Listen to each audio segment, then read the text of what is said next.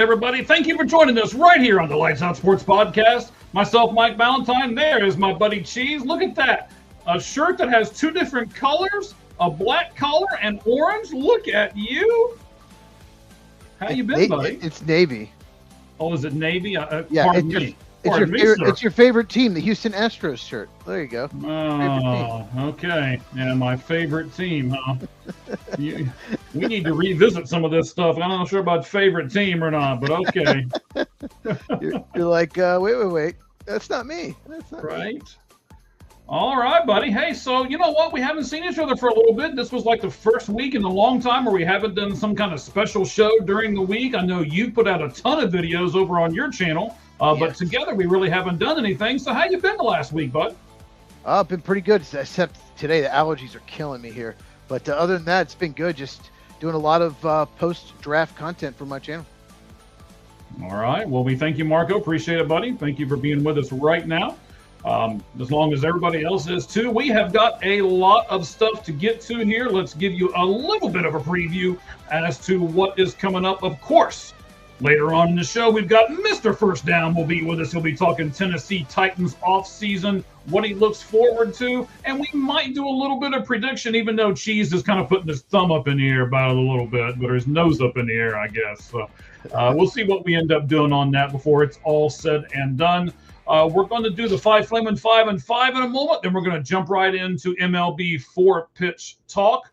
We're going to look at some suspended players, what's happened in the last 11 games, which should kind of help us look at a bunch of things. And then, of course, we're going to go with our forward fan brought to you, or excuse me, our batting cleanup brought to you by Forward Fan. We've got a bunch of stuff to do as far as football goes as well. So hang on to your hats, ladies and gentlemen. Just kind of sit back, and we will guide you through the rest of the program today. All right, buddy. We're going to jump right into it here. Flaming 5 and 5. And let's explain everything for the people at home here. Cheese has 5 minutes. And in those 5 minutes, he is going to have to get 5 questions right that I'll give to him. And if he can do that without bursting into flames, then he'll get a 6th question that we will talk about together. All right. Before we get started, Nathaniel Lowe just hit a solo home run. It's 2-0 Reds over Cubs in the 6th. So for those of you who may not know, me, the big Reds guy, Cheese, the big Cubs guy, his Cubs beat the Reds yesterday. They've lost 4 straight. We'll talk about the NL Central a lot.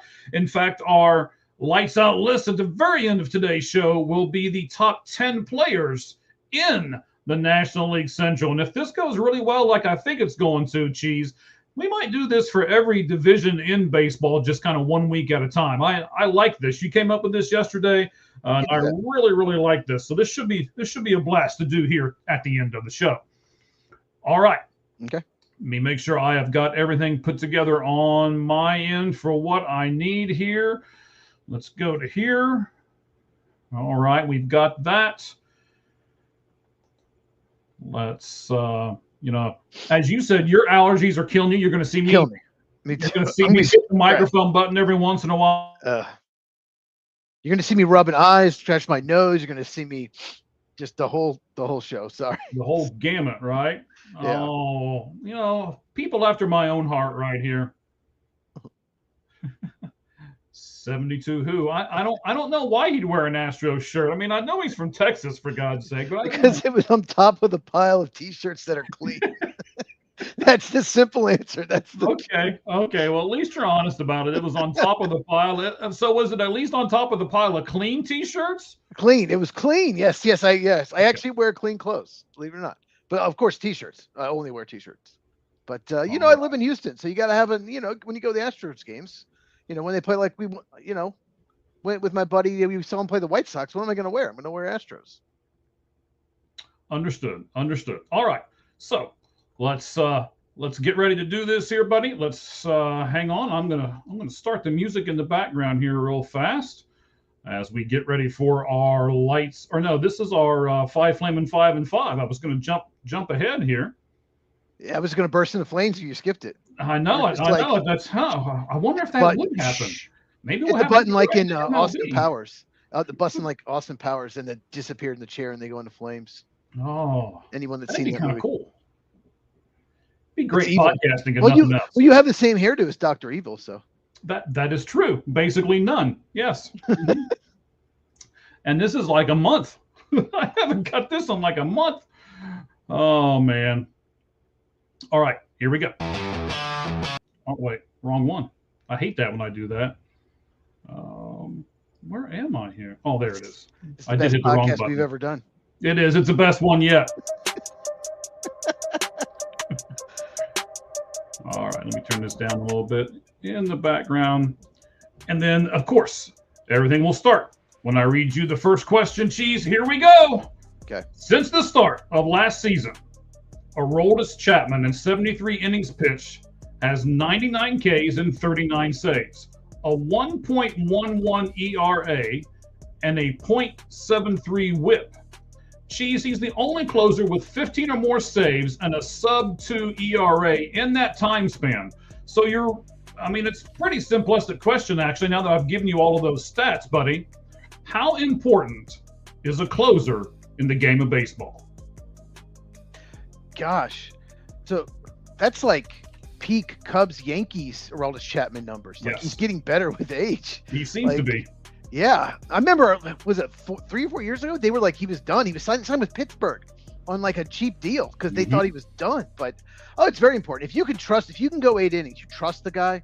Remember like, there's been so many good closers.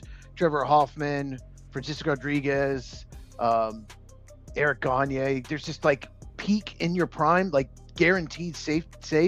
Yes, it's huge if you have a guy like that. Look what Mason Miller's done for the Padres. I think the Cubs' the only team that's scored on him at all this year. So Mariano Rivera, almost forgot him. But yeah, it's really important. If you have a guy that's just guaranteed 3 outs every time, then it's a huge advantage. You're going to win a lot more games. All right, second question here. I saw your video on this. For those of you who have not, go over to Football with Cheese and make sure you see this video. The Packers have signed quarterback Tyrod Taylor, but I'm going to give you an interesting twist here. How many games can he start and the Packers still make the playoffs? I don't know. See how the offensive line holds up. Well, he's pretty mobile. That's one thing about him. He's always been very mobile. He can scramble. And I think that's really important for a backup these days because when in doubt, they can just run away. But I think it depends. That's such a tough question because I don't know who they're playing. Like when Jordan Love got hurt his knee in week 1 of 2024 season, Malik Willis played the Colts and Titans, and he won both games because the Colts and Titans stunk that year. So that helped. And they won close games. So I think it depends who they play. But if he's starting more than 4 games, you're probably not making the playoffs. All right. You know what? I know you love linemen. Let's do this lineman question. Cincinnati Bengals guard Dalton Reiser ran a 5K over the weekend with his wife. It was a race that was there in Cincinnati. A bunch of people participated. He finished it in 26 minutes, and he is 6'5", 315 pounds. Cheese. How impressive is that? Could you beat him, Mike? No. Maybe the first 20 feet. Yeah, okay. It's impressive. I mean, honestly, I wasn't surprised when I saw that. Just because offensive linemen, I mean, even though they're big and a lot of them have guts, you have to be in incredible shape. Like they're always moving. They're on every play. They're blocking. You have to be in incredible shape. So it's pretty good feat. And so he obviously is staying in great shape, but it didn't shock me like it did some people. I saw it on X, all the comments, people were shocked. Yeah, I mean, if you get a chance to do it, go over to our X. We'll plug it a few times during the show. You can see it. The whole video is up there right now. Question number 4, Cheese. If the Tigers decide to trade Tarek Skubal, not that I think they are, but I'm doing this for a reason here, his value, because he is not expected to return before the trade deadline, his value has gone down from a roughly $41.2 million to $1.1 million, according to Baseball Trade Values, and you can get that at Baseball Values on X. Why does it? I mean, 41 to 1? Really, Cheese? Talk to us. Well, that value, I mean, it's just putting a number on it, but it's really whatever a team gives you is the value. Whatever you can get for him, that's what the value is. You only need one team to make a stupid move. But I think the point they're trying to make is he's probably not going to be healthy before the trade deadline. He probably won't pitch. And what team's going to give you a lot for a player for 2 months when he might not even be able to pitch? When you have elbow injury, like what if you trade for him and he's supposed to come back, mid-August, and he has a setback and you give up a prospect for him?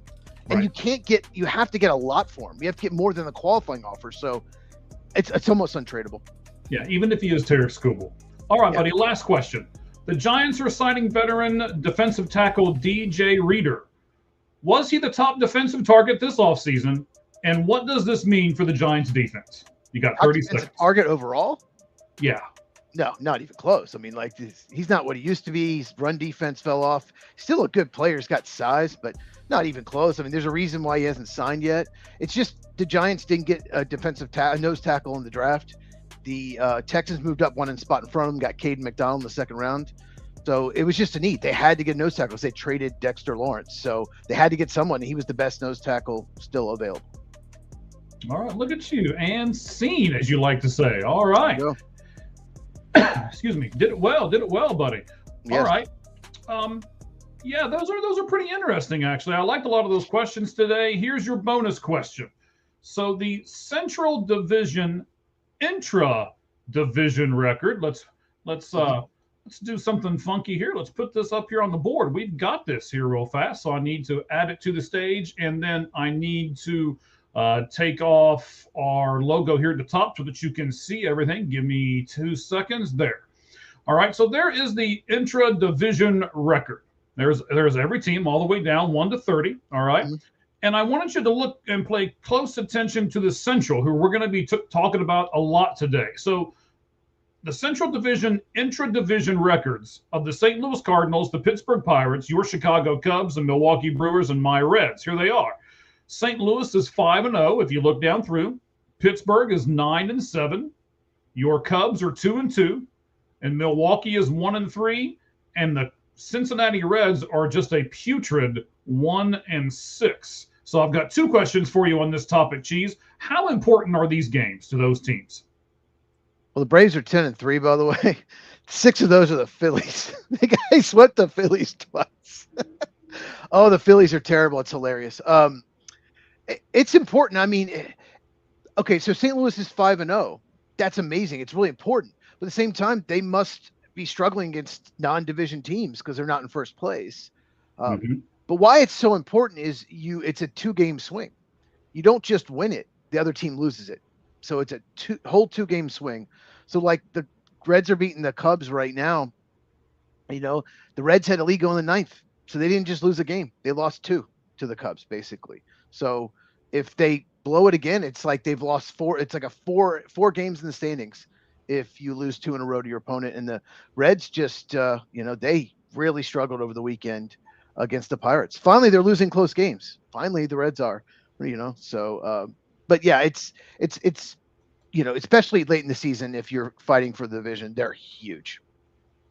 Right. And, we talked about it a little bit off air, as to why these are so important. And as far as everything going on with all these teams, they're going to be so close this year, I think, that these games are going to be even more magnified just because the division is going to be so much. So Pittsburgh's already played 16 division games.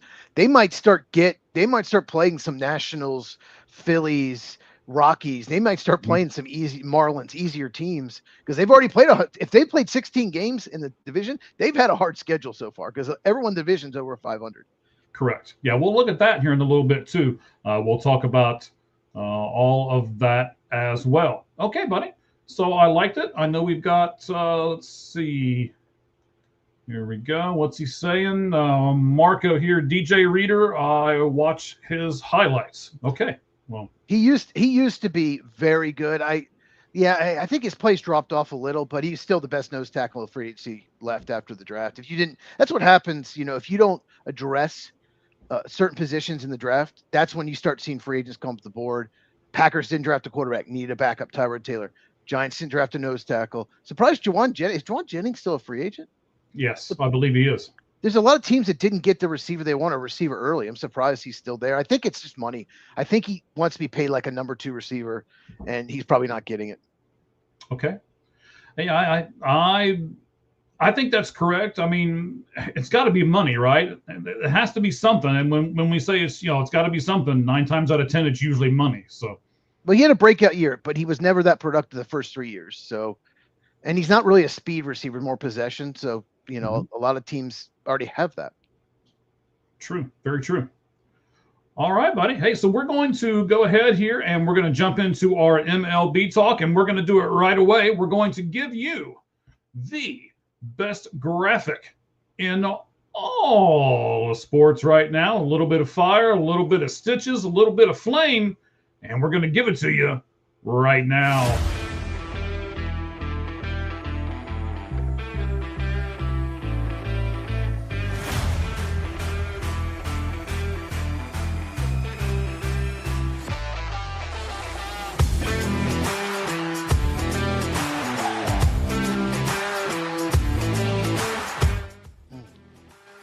Oh, those allergies are just getting to you, aren't they? You can tell, man. They've been killing me all day.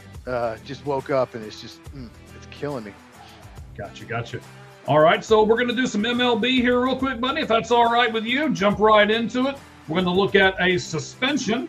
We're going to look at a spotlight, and we usually cover one person on each side of the board. We're actually going to cover 3 guys today because I couldn't leave the 3rd guy off. Then we're going to look at the last 11 games, and we're going to talk about, how it's affecting everything. And I've got some pretty good questions for you, I think. And then we're going to do our batting cleanup, brought to you by ForwardFan.com. We'll talk about them as our newest sponsor here in just a moment. And then by that point, we are going to hope that Mr. First Down is with us. If not, we'll scramble and figure out something. All right. Okay. So. Let's just jump right into this here. Our MLB 4-pitch talk. So MLB has suspended Pirates right-hander Chris Devenski 3 games, and that's why you're wearing the Astros shirt. He used to pitch for the Astros. That's it. So Chris Devenski. Yeah, that's why. Yeah, that's why. I finally figured it out. Yes. So they suspended him 3 games and fined him an undisclosed amount of money for intentionally throwing at Reds rookie Sal Stewart. Manager Don Kelly also received a 1-game suspension. First, Chiefs, did you see this or have you watched a replay of it? I have not. Sorry, I have not. That's okay. It's not a big deal. I can go through it here with you real quick. It's not a problem at all. Just let me cough first, and then we'll be good. So what ended up happening here? Very first pitch, some players will use their timeout before the at-bat even starts. Sal Stewart comes up to the dish, looks like he's getting ready to get ready and get set, and then he calls time and backs out. Well, Devenski didn't like it. He even kind of mouthed something to Sal Stewart, and Stewart pretty much just ignored it and climbed back in the box, and that very first pitch plunked him. So,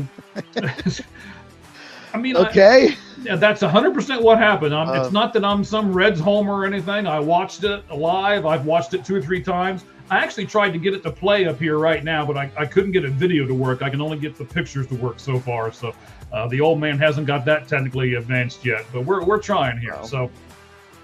So after this happened, nobody really said a whole lot. There wasn't any carryover effect or anything like that. So my first question to you is 3 games, Cheese. Is that? I mean, I know it's not really going to affect a pitcher because he pitches every 5 games, so maybe that's why they did it that way. But he's not a reliever. He's a starter. He's not a reliever. Well, actually, I take that back. You're right. He is a reliever. A reliever. So yeah, I guess that could affect him. Do you think 3 games is too many? For a reliever, that's actually quite a bit. Right. Because almost every reliever pitches every 3 days, and some of them, a lot of them, especially the good ones, will pitch twice in 3 days. So, I guess that's probably about right. I mean, it's tough. Some of the punishments on those are just different than others. I don't know why, like how they decide that. I don't know if he appealed or not, but like, just be mature. Like, don't be a baby. Like, of course, I mean, I guess pitching's routine. He didn't like that, but just to throw at him, oh God, like, Get a life, man. Like, that's crazy. Like, Yeah, see, there's so many other things that people do to show up pitchers compared to that. That's ridiculous. Of all the things to throw at him for, that's crazy. I'd almost rather they throw at him if your guy had been hit the inning before and Sal Stewart did nothing and you just throw at him then. That's actually better. At least you're getting your teammates back. This is just petty.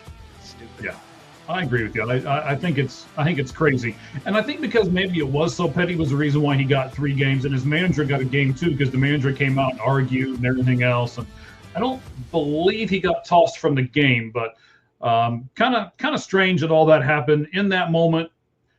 Are we going to say, Cheese? You know, we're talking about the National League Central a lot today.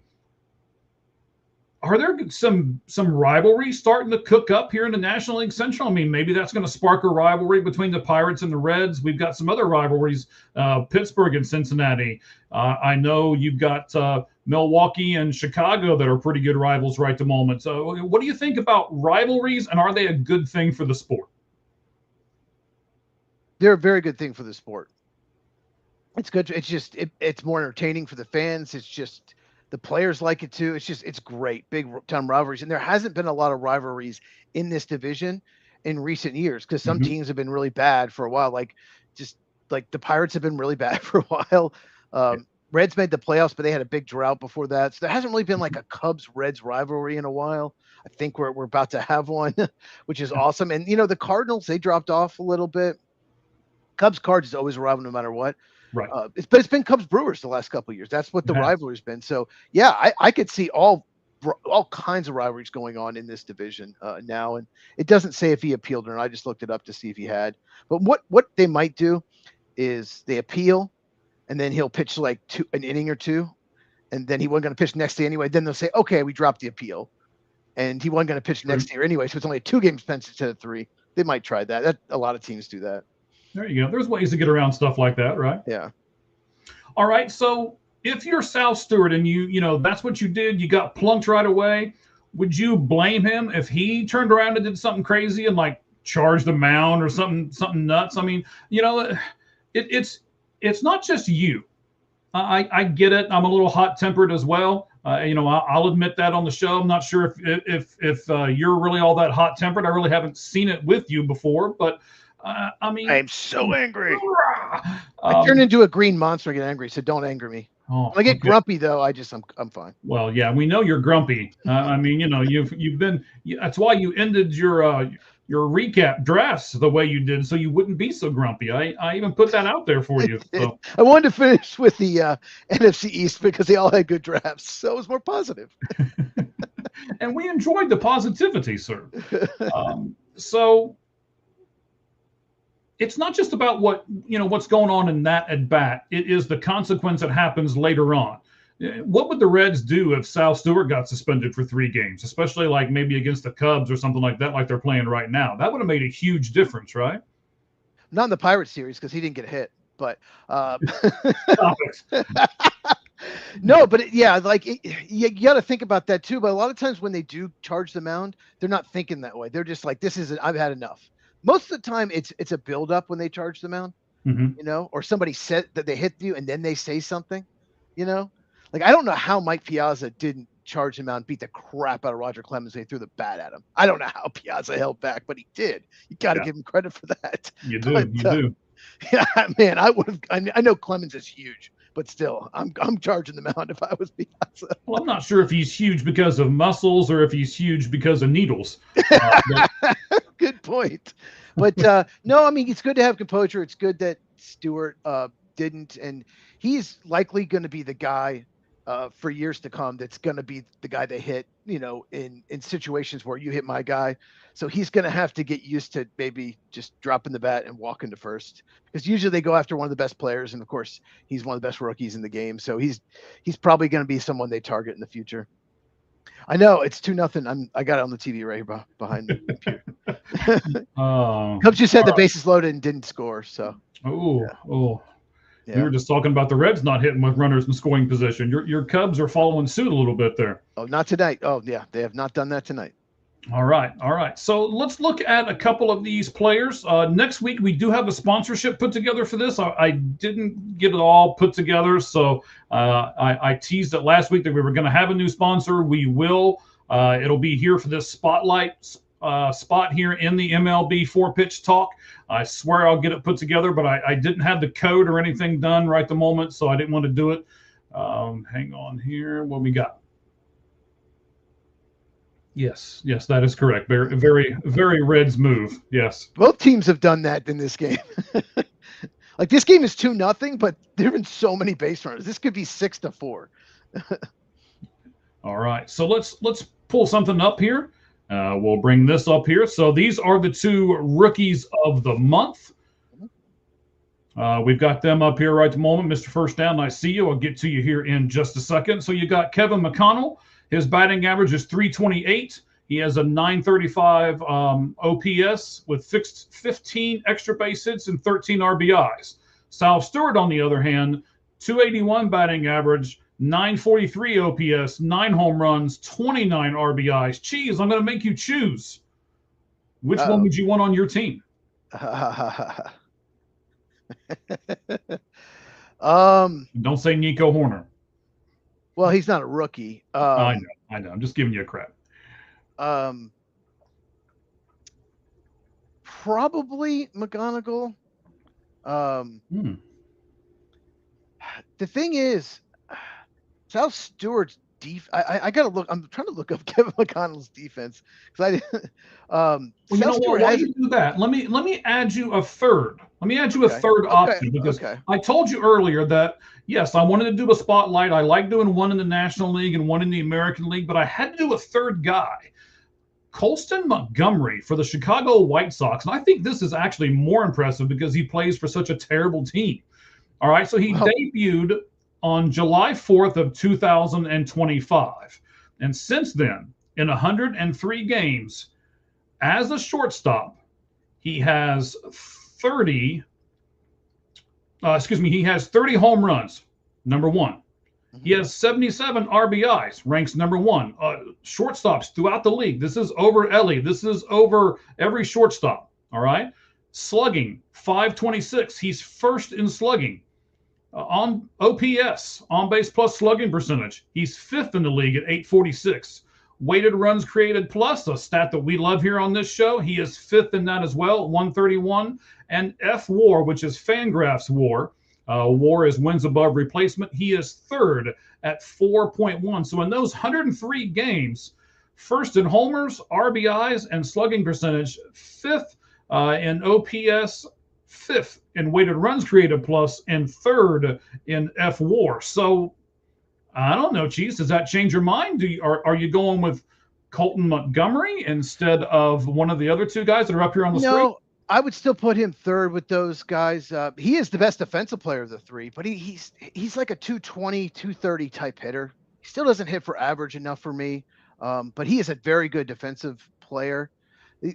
Both Stewart and McGonagall have a little bit negative defensive ratings so far this year. So I will take McGonagall. He's hitting 315, 407 on base, 1.6 WAR. His WRC plus 149. So I will take. Only has 2 homers though, but was he called up right away? But he's been here since day one, I believe. Day one. He has walked the same amount of times he struck out. Yeah, I mean, I guess my point here, and yes, Roger, I get it. The White Sox are 17 and 18, which they've been playing really well. They have. It's one of the reasons why I wanted to bring this up. And then, of course, we got somebody's watching you. Somebody's watching you, Cheese. Okay. So yes, we appreciate Ramen watching us right the moment too, along with we're getting to 50 here almost here. So a bunch of people watching this just on X alone. We appreciate that. What I wanted to kind of get at here is I take this back off the screen and show the big sexy guy over here on the right-hand side. Yes, we know about McGonagall and we know about Sal Stewart. I think most people do in the baseball world. But did you know about Colston Montgomery, Cheese? Did you know about him? Oh, I knew about him. I didn't know he's doing that well. But I didn't. And the thing is, like, you have Murakami as well, who's tied for the league lead in homers. Did you see Murakami um, he hit his first double of the year. He has 12 home runs and hit his first double yesterday. He hadn't doubled at all. How do you do that? How do you hit 12 home runs and not just luck into a double? I guess he's really slow, so he doesn't turn those singles into two baggers. But that's just crazy. But no, this is the year of the rookie, especially batting, especially hitters. I've never seen a rookie class like this. I remember looking before the season started. I love top 100 lists. I'll look at Fangraph, MLB, Baseball America, or whatever, and I look at the list and I'm like, and all of them were like projects to be MLB this year. Just like 7 of the top 10 were like projected to make their debut this year, and I'm like, holy crap! And it's a loaded top 100. It's not like some years you have 4 or 5 guys and there's a big drop off. No, there's like 15 to 20 really just like studs. So this is the year of the rookie. And last year there were like 2 guys that Cade Horton and Drake Baldwin, right? There was a big drop off to the 3rd best rookie, right? Yeah. Those 2 guys wouldn't even be in the discussion probably for rookie of the year right now. No, they would not. So, even though they're very good, but and you got a couple of pitchers in there as well. The Yankees pitcher is probably in there, and there's a couple other pitchers too. So yeah, McLean for the Mets, there are, but there's still so many good young bats, so many bats. Like it's a very possible Moises Ballesteros doesn't even finish top 5 in rookie of the year voting, and all these Cubs fans on X are like, "Oh, he's gonna win, he's gonna win." I'm like, have you seen the stats on the other guys? Like he's not even close to the favorite right now. Well, I'll tell you what will be interesting, though, Cheese. We are going to do our lights out list here at the very end of the show. We're going to have Mr. First Down on next. We'll talk to him about Titans football, especially, and just some of the other things going on in the league. We will then bid him adieu, and then at the very end of the show, we'll be doing our top 10 players in the National League Central. And I think it'll be interesting to see if Moises Ballesteros makes that list for either one of us. Let's move on to question number 3. In the last 11 games, Cheese, the Rays have allowed 13 runs and have only lost 2 of those games. But crazy. I know, isn't that amazing? It really is. Wow. It's consistency. 11 games, only 13 runs. But 4 teams, Cheese, have given up 70 or more runs in those same 11 games. San Diego's given up 70. Cincinnati's given up 73. Arizona's given up 76. And Baltimore has given up 77. We just talked about the rookies and how well a lot of them are hitting. Is the overall offense improving that much, Cheese? Or is the pitching in baseball just getting that much worse? I know it's 2 of those teams are your 2 favorite teams. Yes. Yeah, they give up a lot of runs all of a sudden. So, yeah, both my teams won every game over the weekend, and both your teams lost every game over the weekend. Yeah, thanks for that. I appreciate it. I almost texted you, but I didn't want to rub it in. I'm like that. I don't rub stuff in. I don't. No, you're just grumpy. Yeah, and even though I just did it now. No, here's what I think's happening. I think it's this new the strike zone, and you can challenge calls. I think it's helped the hitters more than the pitchers. I think it's helped the pitchers in only like the lower strikes, maybe. A lot more maybe lowered the zone a little bit, but everywhere else, right, left, up high or inside, outside high, I think it's helped the hitters. And I think that's why the offense is coming back. And I think it's been really exciting. I'm actually really enjoying watching games this year because of that. And it always makes me happy when some of these umpires who I've never liked keep getting challenged. It's a lot of fun. Did you see where? Oh, I believe it was I think it was in the game last night where there was a call challenged, and I think inadvertently the umpire tapped his own head. It was the Cubs-Reds game. Yes. Yeah, I watched it. I saw it, and it's like, oh, he knows he missed the call. Look, he's calling. He missed it, and he's like, yeah, I missed it. Because Carson Kelly immediately tapped his helmet, yeah. And then he did it too, yeah. No, to answer your question, I don't think pitching's getting worse. I think it's just the new challenge systems help the bats help hitting. Mm-hmm. So now MLB has given out 6 rookies of the week so far, 5 hitters. Sal Stewart, McGonigal, of course, as we touched on those a minute ago. Chase DeLauder from the Guardians, almost said Indians. Woods from the Nationals. Pahe from the Dodgers, and Murakami. We just talked about him a few moments ago too, from the White Sox, and only one pitcher, McLean, has gotten that. McLean. Yeah. So, do you think there's again? So you're saying no, you don't think that the pitching has regressed, but doesn't that kind of say otherwise? Five players that have got rookies so far of the week that are all hitters and only one pitcher? It just says that it's a better rookie class for bats, like I just said like a few minutes ago. It's just no, I don't really think pitching's just regressed like all of a sudden. It just so happens there's just at least more bats that are been called up so far than pitching. I mean, there are some really good college pitchers in the draft last couple of years, so I think they're probably close to coming up if they've not been called up already. So no, I just think the ABS system, and I think there's just a lot of really good hitting rookies. There are a lot of them. By the way, Bregman RBI single PCA scored 2-1. Reds still lead.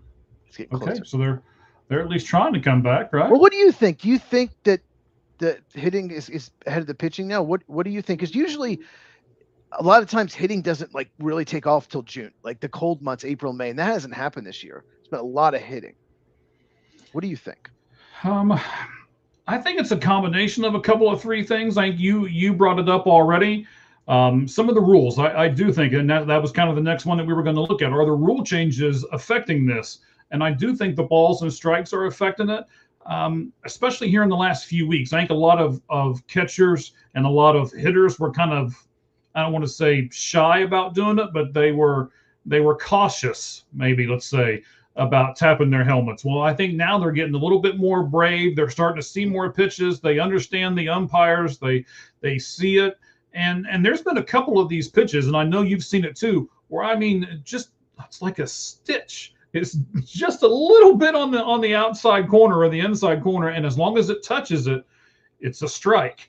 I'm not sure if that's the way we need to go. That's the only thing I will say so far that I don't like about this particular rule is, I don't know. I think maybe you're going to have to go to where it's a quarter of the ball or something like that in the strike zone, or I don't know. I like all this offense. I don't know. I like it because we already have more offense. Let's help the pitchers out a little, because it used to be you get some umpires, they will give you an inch and a half outside every time.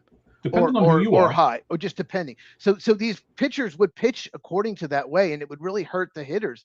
This at least gives them something. Okay, if you just get that square or rectangle, I guess it is, then in the box, then you get the call. So I actually like that you just all you have to do is get hard of the ball. But I get what you're saying. But I like that. There's even some people saying the whole ball should be in the box. No. Well, if they do that, then hitting's really going to take off. Then we're going to go the opposite way. Yeah. Because pitchers, they like to hit the corners. They like to hit the bottom right and bottom left corners. Yeah. Yeah, I like it. So last thing here on this topic, again, 11 games. The Rays have only given up 13 runs. They lost 2 of those 11 games, even because of that. And I don't know if you saw over the weekend, Cheese, I'll throw this little stat out there too. I don't think I have it later on, and make sure.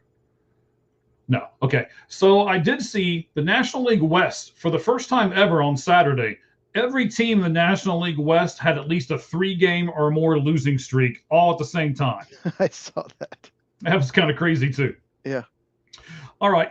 So now, should this fact that we seem to be scoring a bunch more runs and stuff, should this fact discourage adding more teams and diluting that pitcher-player pool? I mean, should we just stick with the teams that we have now? Should we really look at adding a couple more? Should we look at adding 4 more? Do you think this affects that at all, Cheese? I don't really want to add more, because what will happen is they'll go to, if they add 2 more teams, right? There's 30 teams, right? Mm-hmm. They'll go to 4-team divisions, and you'll have 83, 84 win teams winning their divisions and getting home playoff games over teams that win 87, 88 in tougher divisions, missing the playoffs. There's already, honestly, I wish there was 2 divisions in each. I wish it was just East and a West like it was when I was a little kid. I don't like all these divisions. So no, I don't want to, that's what's going to happen. It's not going to, if they want to, they pretty much, to keep 3 divisions, they have to go to 36 and add 6 teams to 3 6 teams divisions. So no, Just keep it as it is. They don't need any more teams. We just and what cities would you do? Like Well, I tell you, New maybe we should. Orleans? Well, I don't know about New Orleans, but I tell you one city that I think would really be in the running, and we'll have to talk to the guy who we'll have on the show here in just a couple minutes, who's waiting off stage right at the moment for us to shut up about baseball and get into football. But I'll be asking him about Nashville. I think Nashville is a place to where we will put a baseball team at. I'll just tell you this: I lived in Tennessee for most of my life. It's not a baseball; it's a football state. I would not put a baseball team there. I just wouldn't. It's such a football state, big time. I mean, the Vols are just everything there. So I was thinking New Orleans. You have like the LSU. Baseball's big in Baton Rouge. You could in there. Maybe Charlotte. I don't know if Charlotte would support a baseball team. Charlotte, you have to have possibly. like Tampa Bay was a terrible, terrible choice. They don't like baseball in Tampa. You have to pick a city that likes baseball. So I think you could go up to like Portland, up in the, what was that going to be, the west of the. Portland's a disaster right now. You don't want to put anything there. I know. We'll see what all happens. I think there's multiple cities to where Major League Baseball, and I'll tell you, from the Cincinnati Reds, being that guy that follows this team a lot, I'm sure if Ricky or Roger are still listening, they'll back me up on this. Barry Larkin lives in Orlando, Florida, and he is pounding for the Orlando, Florida to have a team, even though they've already got, 3 or 4 teams down there as it is. So I don't know if that's viable or not either, but. I don't know why they first of all have to have a dome stadium because it gets so hot there. Second of all, there's so much to do in Orlando. There's like 100 things. I know that because in a week and a half, I'm going there on vacation. There's like, there's 100 things to do there. So like, why would you go to a baseball game? Like if there's all the other attractions, I think it'd be a terrible choice. But see, that's the thing is like, there's no really great city to put another baseball team. You don't want another Tampa Bay, where even if they're good, they're not even getting 10,000 people come to the game. Miami, Florida's just not a good. Miami Marlins. You thought because Cuba baseball's huge with all the Cubans in Miami, it'd be huge. No, they don't care. They don't go out to the games. So you have to have some kind of. That's why I said New Orleans. At least they have that Baton Rouge connection. The LSU baseball is huge. Now, so I believe this is Roger that's doing this here. He says thumbs down to Orlando, but he does bring up an interesting city. You ready? Okay. I liked the Expos. I liked their. I loved them. I loved that. They had the coolest hat. Oh, there we go. The merch, the Football with Cheese mug. Do you know I went to see a Expos game when I was a little kid? Yeah, you're dating yourself really bad right now, but that's. I was a little kid. Yep. My family, we went on a road trip and we went into Canada for a couple days and we went to actually, you know what? We didn't go to Expos game, but we toured Olympic Stadium. That's what we did. Never mind. The Expos were out of town. Hey, but you know what's funny? Stadium. That's more than I've ever done. Well, that's where they played. But you know what's crazy? It was raining outside. That's the leakiest stadium I've ever seen. It was leaking all over the place. Like, how do they play baseball here? It was leaking all over the field. Yeah, but a ringing endorsement for the Montreal Expos to be the new expansion club in Major League Baseball. Yes. Okay. Well, ladies and gentlemen, let's give you batting cleanup brought to you by ForwardFan.com. You can go to ForwardFan.com right now. And the concept here is that you lock in your ticket price for the upcoming big event, sporting-wise, through ForwardFan.com right now. Let's take a look at a couple of these here real fast. We'll do that here. I've got a couple of them pulled up. Chicago Cubs. If you think these Chicago Cubs, now the first place Chicago Cubs in the National League Central, will make it to the World Series. Again, as we have talked about before, between $1,500 and $2,000 for a World Series ticket. Right now, you can go to ForwardFan.com and lock in that price at only $250 per ticket. So great bargain there. If you feel as though your Cubs are going to go, geez, give me an American League team. What do you know what? We talked about the Chicago White Sox two or three times today. Their pitching is much better than I expected. Like Eric Feedy's pitching well. When did that ever happen? Yeah. So look at this. We'll look at each Chicago team, right? The Cubs were 250. Well, if you think the Chicago White Sox will make it to the World Series, they're slightly cheaper, $10 a piece. So go to forwardfan.com right now. It's just $10. Lock in. If they make it, you literally could go to the World Series for $10. For $10. That's right. That is insane. So yes, everybody go to forwardfan.com, our newest sponsor here of the Lights Out Sports Podcast on All Gloves Off Sports Media, and you will be able to go, if you're the White Sox fan, for $10. All right, Cheese, 4 kind of quick hits here, and then we will get to Mr. First Down here in just a couple of moments. First, the Yankees radio personality John Sterling passed away this week. He broadcast Yankees games from 1989 to 2024 in his career. He called 5 World Series championships. He did broadcast for 7 decades, including stints with your Braves, the Atlanta Hawks as well, and even a couple of other teams, the Nets, the Islanders, and before they became the Washington Wizards, the Baltimore Bullets. He was 87 years old. Cheese, is baseball the best sport on radio?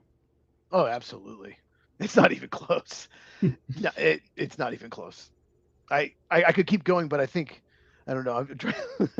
Oh, no, you're not. Okay. I was going to say, do you have a follow-up question? It'd be helpful if I read the full notes before the show. That's okay. I do have one follow-up question. There's another one.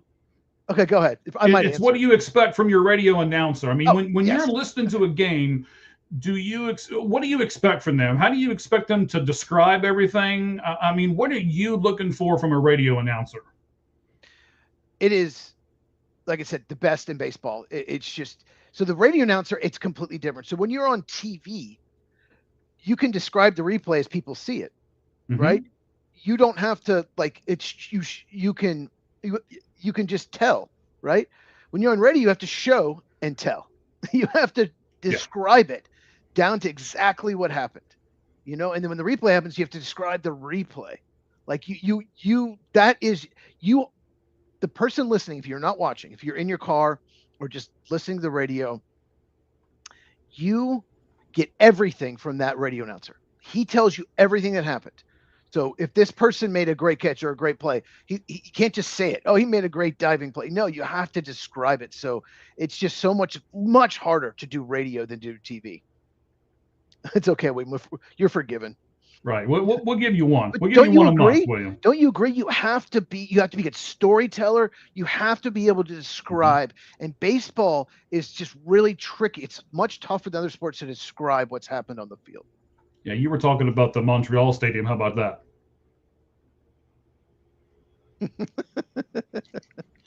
Okay. That was a good humor by Roger there from the Red Hot Reds podcast.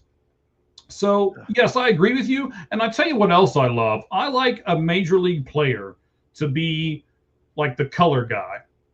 Not necessarily the main commentator, but I like them to be the color guy. That way they can, a John Smoltz.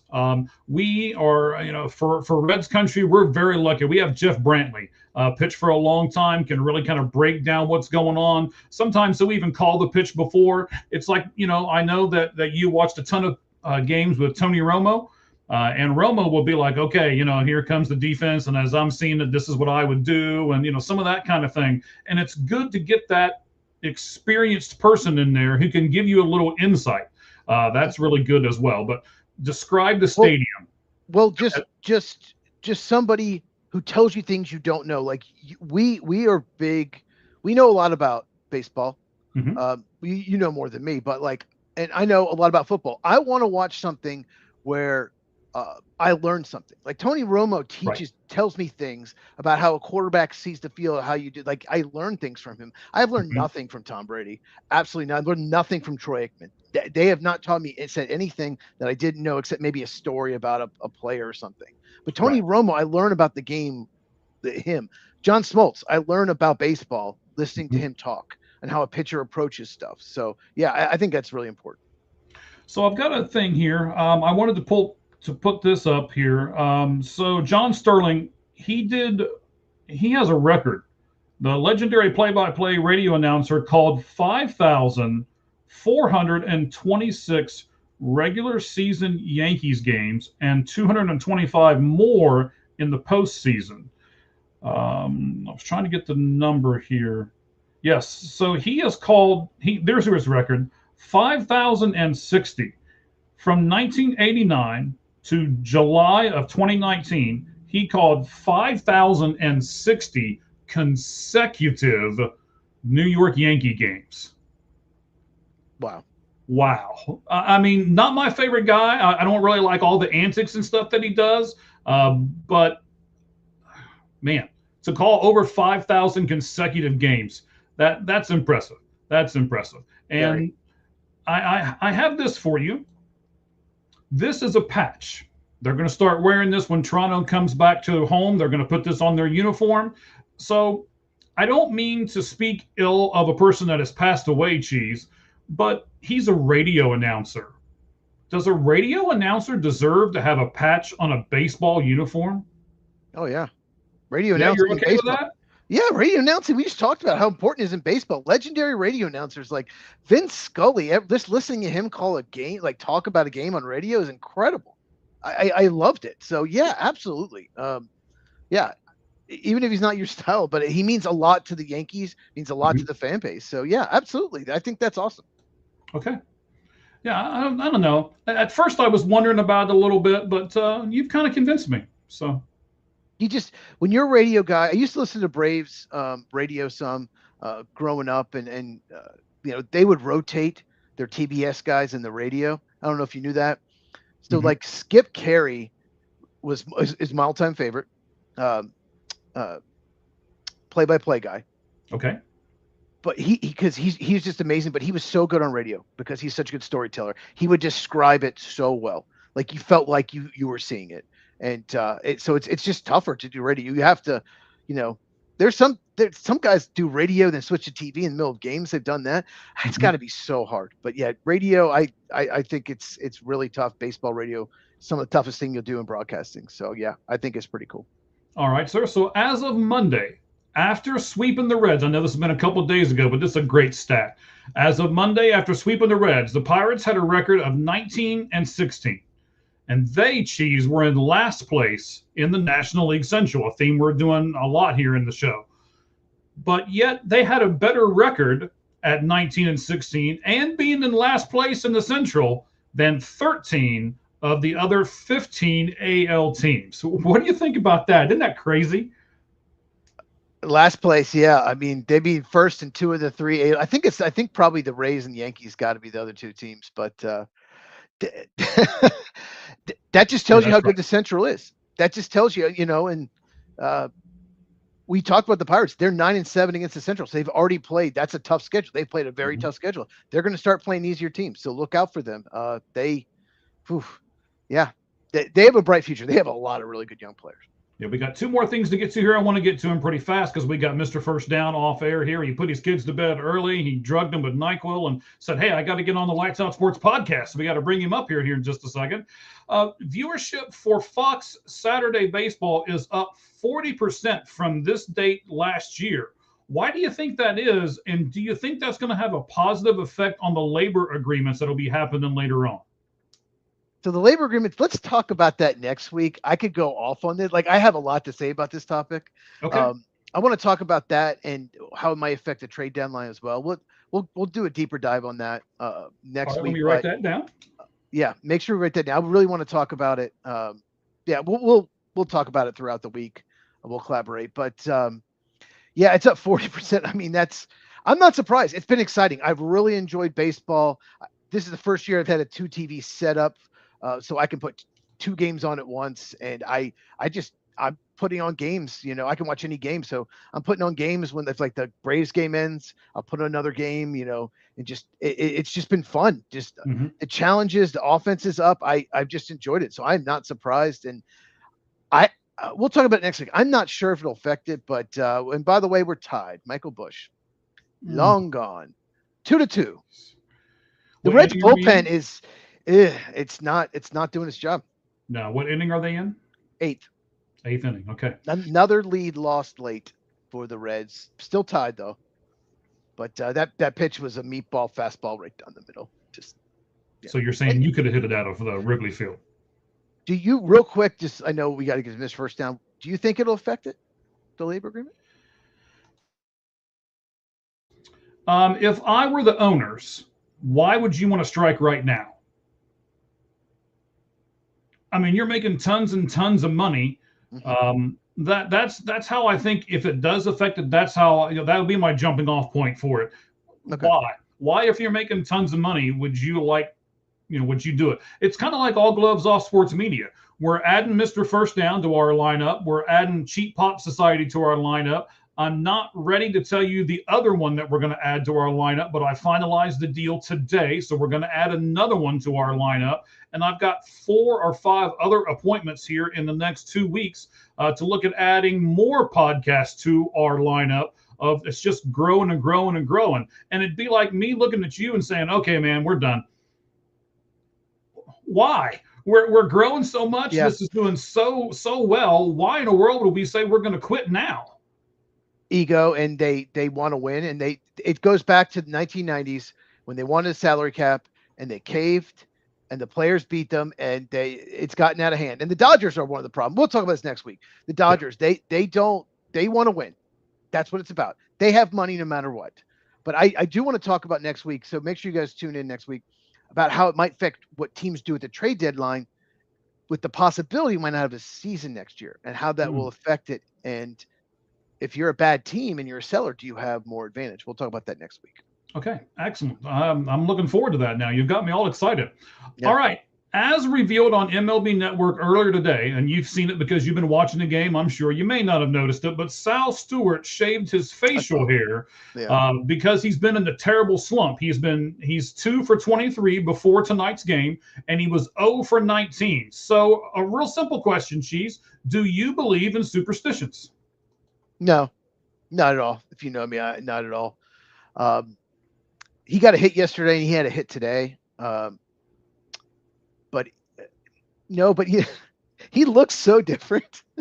Have you seen him now? Yes. He looks I saw him on the interview today. Yes. You know what I want to call him? I want to call him Bruno. He looks like someone named Bruno that would hang out with the Sopranos now. Like since he shaved it, he looks like Italian all of a sudden. He looks like a mob guy without the. I don't know why. He just he looks so different. But no, I don't. Do you believe in superstitions? Are you a guy that won't touch the chalk? You'll jump over it. No, in fact, I'm the guy who will purposely do it in front of everybody else. Like, look, there's nothing to this crap. You make your own luck. It's skill that you have. It has nothing to do with any of these other things. So I don't believe in superstitions at all. In fact, I'm like the anti-superstition guy. I'll be the guy who walks under the ladder on purpose, and I'll break the glass on purpose and just turn around and look at people like, okay, whatever, and move on with my life. So, yeah. Yeah, if you let superstitions control you, then they control you.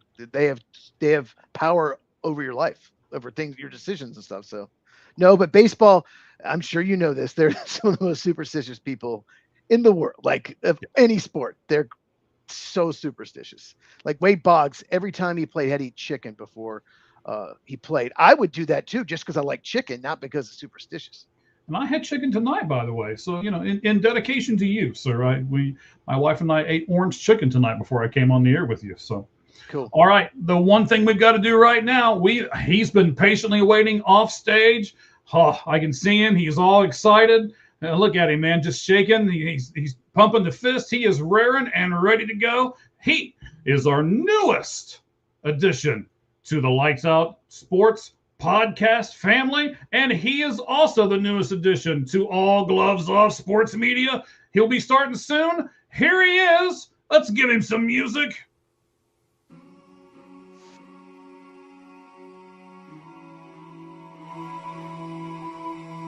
Starts off really slow.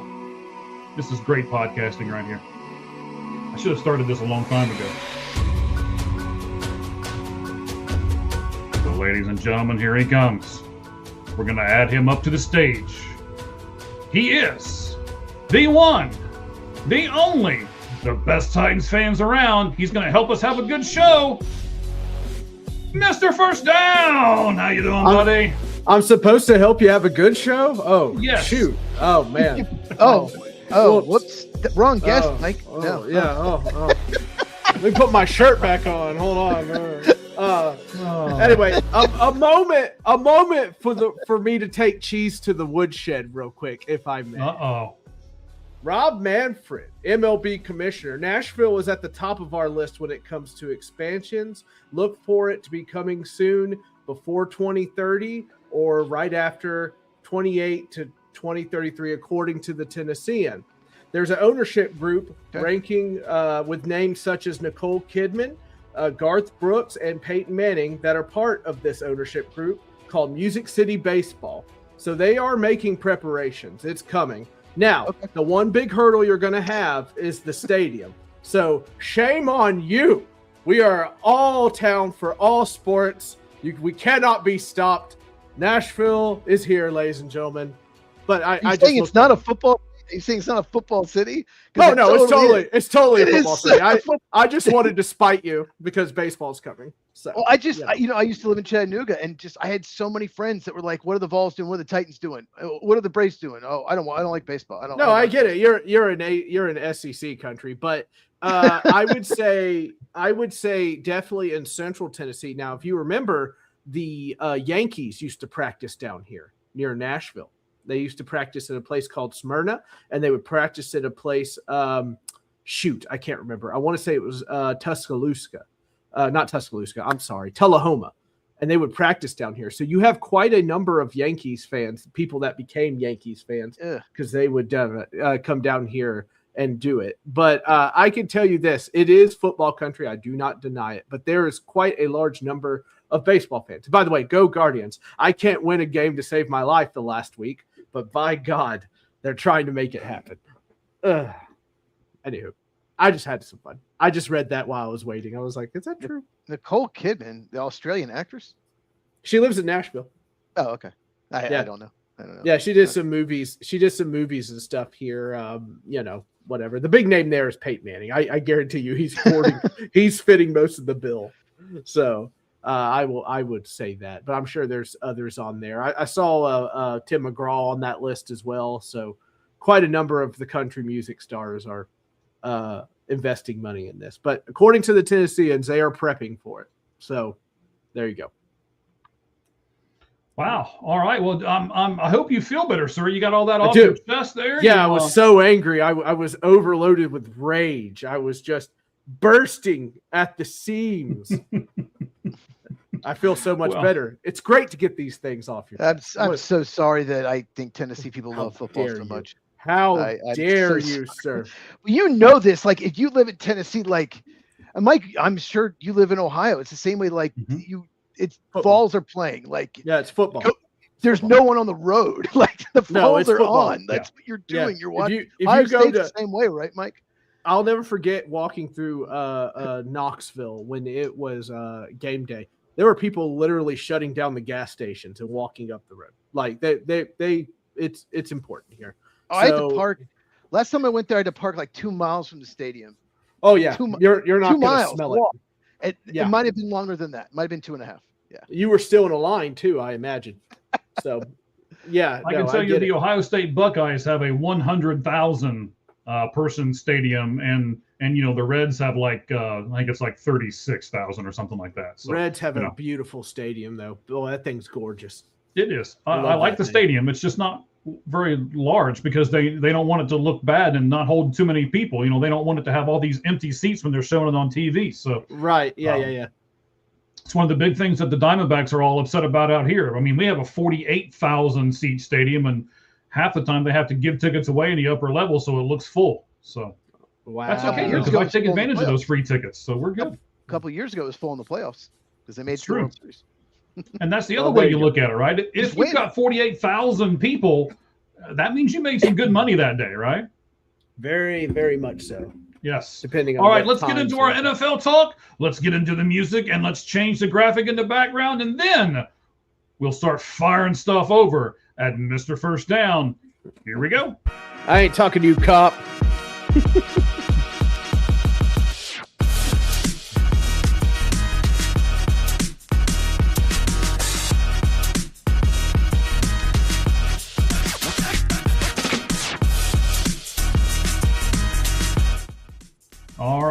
Mr. First Down, of course, was just at the NFL draft. I know we got a bunch of questions here. Cheese has pretty much put all these together. I got a couple that I want to ask for it's all said and done, but Cheese, I'm going to let you take a few of these here. Shoot away, fire at him. Just don't talk about the pass blocker that's a really good run defender. Would you please? Oh yeah, we're going to talk about that. He's so good at defending the run. Like he's so good at it. That's what everyone wants to talk about. So, Mr. First Down, you went to the draft this year. We're going to talk to you about that. How many is this for you? This is my fourth one. This is my third in a row. So fourth draft. Okay. Yeah. Just tell our viewers what it's like in general and how it's different from watching it on TV. So the most beautiful thing about it is, and you guys, I imagine, have seen how I dress. Super fans come out to these things, but it's mostly you get to see all the fan bases, and I have so much fun meeting all the other fans out there, chit-chatting with them. You eat food, you have drinks. It's just a very fun time to talk football. There's autograph sessions of former players all over the place. There's events going on. There's games to be played. The NFL has you download an app when you enter, and there's contests you can win, like get a picture with fans from all 32 teams and put it in there. And if you're one of the first ones to do it, you get a prize.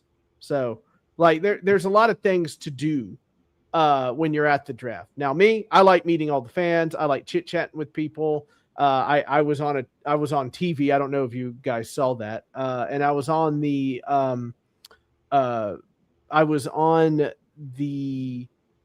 shoot. What was it called? Was it NFL Network or ESPN?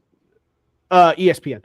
And then I watch NFL Network. Yeah. Right. No, I get it. I was on CBS Pittsburgh. And as of this morning, I was on USA Today on their paper in their sports section. So cool. I was a busy man. But yeah, no, I have a lot of fun. I eat at the local restaurants. I meet with people. Steelers fans are really fun. But like I got to tell you, the best outfit, best outfits every single year I go. Every single year I go, the best outfits are the Raiders. They wear the coolest stuff. There was a guy in full Predator garb, like top to bottom. I was stunned, like absolutely stunned, because I was burning up. That guy had to be roasting under that outfit. Like, I mean, their tickets were so cheap because their team's so terrible. They got money to spend on outfits. might be looking up. Yeah, I've never seen that before. That was a first for me. But they're just fun. You get to go and see the world, see the country. And go around these places, and Pittsburgh is kind of hidden away. Like you can't even see it from a distance. I was 2 minutes away from my destination, and you go through this tunnel, and all of a sudden it's like, boom, city. It just magically appears right in front of you. Yeah. It's really cool. But I enjoyed the drafts. I enjoyed being close to the stage. I enjoy not being close to the stage. There's just a giant footprint. It's got great food, great drinks, and great times. Haven't had a single problem out of one.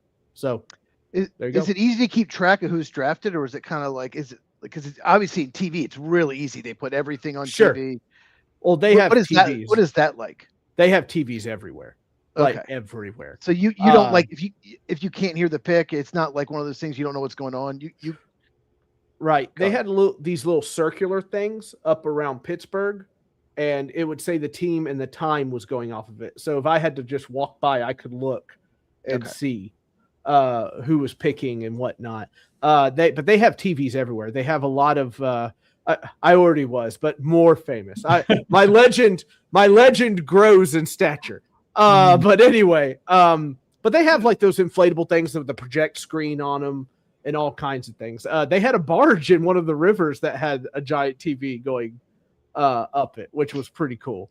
They were broadcasting it on the bridge. There was no way you were going to miss the draft. They put TVs outside all of the bars. Like there was no way you could not see who was picking and what. Not a chance. Because that's one thing I always wonder about the draft. Never gone, thought about it, but I'm like, I don't want to be in like a crowd of people where I can't even hear and see what the pick is, and I'm on my phone. I don't want to be on my phone all the time, you know. No, So right, I was just curious right. about that. That's my thing. I was like, I should probably get pictures, like, and then I forget, and then I'm like trying to get pictures with people. But like, you don't have to worry about that. I've been at every single one, and every time they make the pick, everybody gets real quiet. So, Except for that guy that ran on the stage and tried to do the Steelers pick. Yeah. Except Get to hang out with him. No, I chose not to. I avoided him. That's riffraff. I'm big time, you know. Yeah, I think the headline on USA Today was "The Power of the Ginger," right? Power of the Ginger. Yeah, that's right. Yeah, many are called, few are chosen. Here I am. I have arrived. But no, like I judge things like because we drove 6 hours and 40 minutes. Had to drive through Ohio. Ooh. But so I got through Ohio. Oh, buddy. No. Anyway, but it wasn't so bad until you reach Zanesville. Once you reach Zanesville, it wasn't too bad. Are Jaguars fans the worst? Be honest. Are they the worst? I will tell you this, and I mean this with most unbiased thing ever. Everybody else, like I'm dressed how I dressed, right? Everybody goes, oh man, this guy goes hard for it. The Jaguars fans are the only ones to say something mean to me every single time. They're awful, man. I don't get it. I don't know what is about Jaguar fans. They're horrible. They're just, I don't know. They're just angry Floridians. I have no idea why they're so mad. Maybe they have meth gators in their area. I don't know.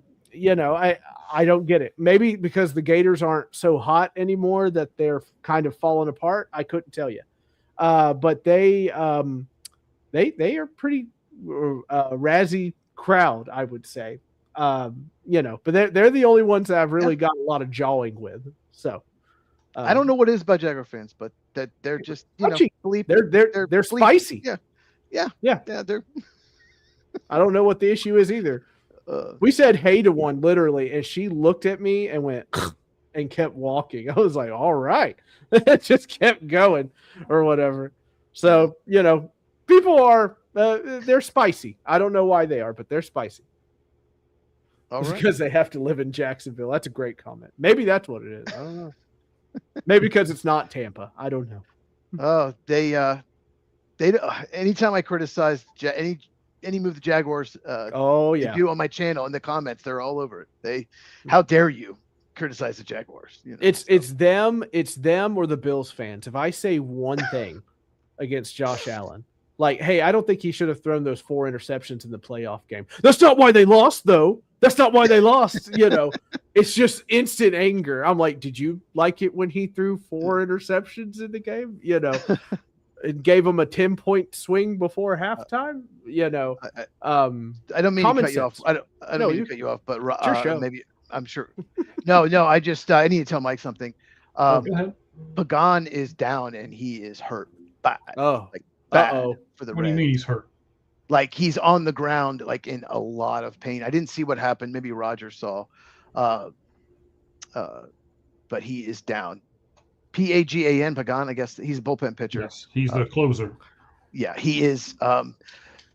It's I don't know what happened, but he's down and he's in a lot of pain. So that stinks. But Jaguars fans, man. I don't get it.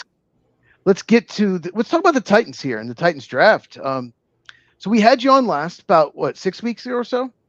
Yeah, and I believe I called it on this show. I believe I called it accurately. Did and at the time I was like, they're not going to do that. But yeah, you said they're going to take Carnell Tate, and most people expected them to draft a defensive player, especially with Jeremiah Love off the board. Why did you say that? Because that's who you wanted them to take, or did you actually make a projection, or both? So I always cringe about talking about this because I want to be quite clear. I'm not some expert. I would call myself football savvy. No, I am pretty savvy. And I look at Mike Borgonzi, the GM, right? Obviously very smart guy, well respected around the league already as a GM, which I appreciate. It's been a while since we've had one of those. And he gets up there, and does he mark me as somebody that is going to pick a running back in the top 10? He does not. He is a football nerd. He believes that wide receivers at this time are more important than running backs. And we can have a whole debate about that if we want to. I've seen it a million times play out on podcast after podcast. But right now, I don't think he views running back at as a high premium position. Now, to add on to this, I already had this feeling. To add on to this, he fell while delivering a pitch. It says, yeah, Okay. Poor guy. That stinks. To add on to this, the beat writers started saying, I'm not buying Love. And if they're not buying Love and your beat writers, by the way, you should always read your beat writers over the national media. They know your team way better. Except for the Packer beat writers, but that's a story for another day. Right. But I get that. Now, I'm an owner. You have to listen to me. So the beat writers started saying, I'm not buying Love at 4. And I saw 2 of them start saying it. And I said, they know something. They've got to. There's no way they're going to throw themselves out there. So they started kind of preaching about it. And they started saying Avril Reese or Reese or Styles. Bain, Reese Styles or Bain. A lot of people thought Styles. A lot of people thought Salah would love Styles. Right. So one of our beat writers, my favorite beat writer, is a guy named Paul Koharski, who people give a hard time. He's got a New Jersey accent. He's lived in Tennessee most of his life. And he says, I think it's going to be, and this is what I was waiting to hear from somebody smarter than football than me to say it. I think it's going to be Tate. He's got great hands. He's got great ability. And this is perfect for a young quarterback with a rocket arm like Cam Ward. So at that point, I felt pretty good. Like I felt like this was going to be the guy. And I was more than happy to do my happy jaunt onto this podcast, do it on my own podcast, which I got a lot of heat from Jaguars fans for no reason. No, I'm just kidding. I got heat from my own fan. If you go through my Twitter, I got heat from my own fan base for saying, I'm sure. I said Tate over Love. You can't convince me otherwise. I was shocked when you said that. I was like, yeah, I was like Tate or trade out, and people started getting like uppity. And then I think I said, oh, it got real quiet in here all of a sudden. So Tate, I got to go to a film study a couple of days ago. I like Tate. I think he was worth the fourth pick in the first round. And happy to have him. I hope he gets open for that post route and catches a ball that may or may not be slightly overthrown by Cam Ward for a touchdown. So, Mike, do you feel better about Jeremiah Love pick, knowing the Titans weren't really in on him? No, I didn't. You know me. I didn't like the Jeremiah Love pick as it was. So, it's that wasn't a big thing for me. But I tell you what is a big thing for me. Mr. First Down is famous. A simple Google search. No. And there I am. That's me, baby. Not the guy with gold, the other guy with the bow. We know. Yeah, the other guy. I know it gets confusing. And then let me do one more here. Oh, that's kind of the iconic picture that you took of this year's with the bridge in the background and all that. I really do like that picture. So thanks. That looks like that Batman movie. That looks like the same bridge. Yeah, it is. They filmed it there. Yeah, they filmed it there. Yeah, that makes sense then. Yeah. But when it comes to like Jeremiah Love, Teron Davenport, who covers the Titans for ESPN, came out and said that the big discussion in the room at that time, even when round 1 was going on, was is it going to be Reese or is it going to be Tate? Yeah. So that was they knew at the beginning that it was going to be one of those two. So that's what it looks like it came down to. And Teron's pretty good at his job. I absolutely would have taken Reese. I absolutely would have run to the podium, and he was still there. No. You got to invest in your young quarterback. I get that, but I also think you should take the best player, and I just love Reese. Reese is not exceptional at anything, though. He's just a well-rounded player. He's not exceptional. He is exceptional. I disagree with you, man. His upside, his film is incredible. He doesn't have upside. He's just a well-rounded player. He's still learning player. pass rush moves, man. He doesn't even know the moves. Wait till he learns them. No, he is fundamentally sound. He is not exceptional. Take it to the bank. Disagree. I call Tate. I'm calling this. He will be a mediocre player in the NFL. I don't think Tate's exceptional. Honestly, I think Tate's very good. I don't think he's exceptional. I would have rather had Jordan Tyson. Honestly, he was higher on my board as a receiver. They were close, but so you don't think. Oh, please, come on. Tyson, the injury-prone guy. Tyson doesn't have. You know what Tyson has in contested pass range? What do you think it is? I don't know, but what is the contested catch range? I'll say this. Hold on. Who was the contested? What's the contested pass range of Tate? Stat, but I'll say this: Jordan Tyson doesn't have to make contested catch when he's always open, when he's running unbelievable. He's not going to be always. Oh, please! This is college ball. Watch Tyson his film, man. I have. Okay. I've watched his film. I think it's okay. It's not great. Okay. I think there's no way. I had them both right next to each other. Just had Cheese. You're a smart man. There is no way. If you go back, I challenge you. Go back and watch film of Tate and Tyson side by side. There is no. Okay. Well, there's no way you're saying Tyson then. No, not a chance in hell.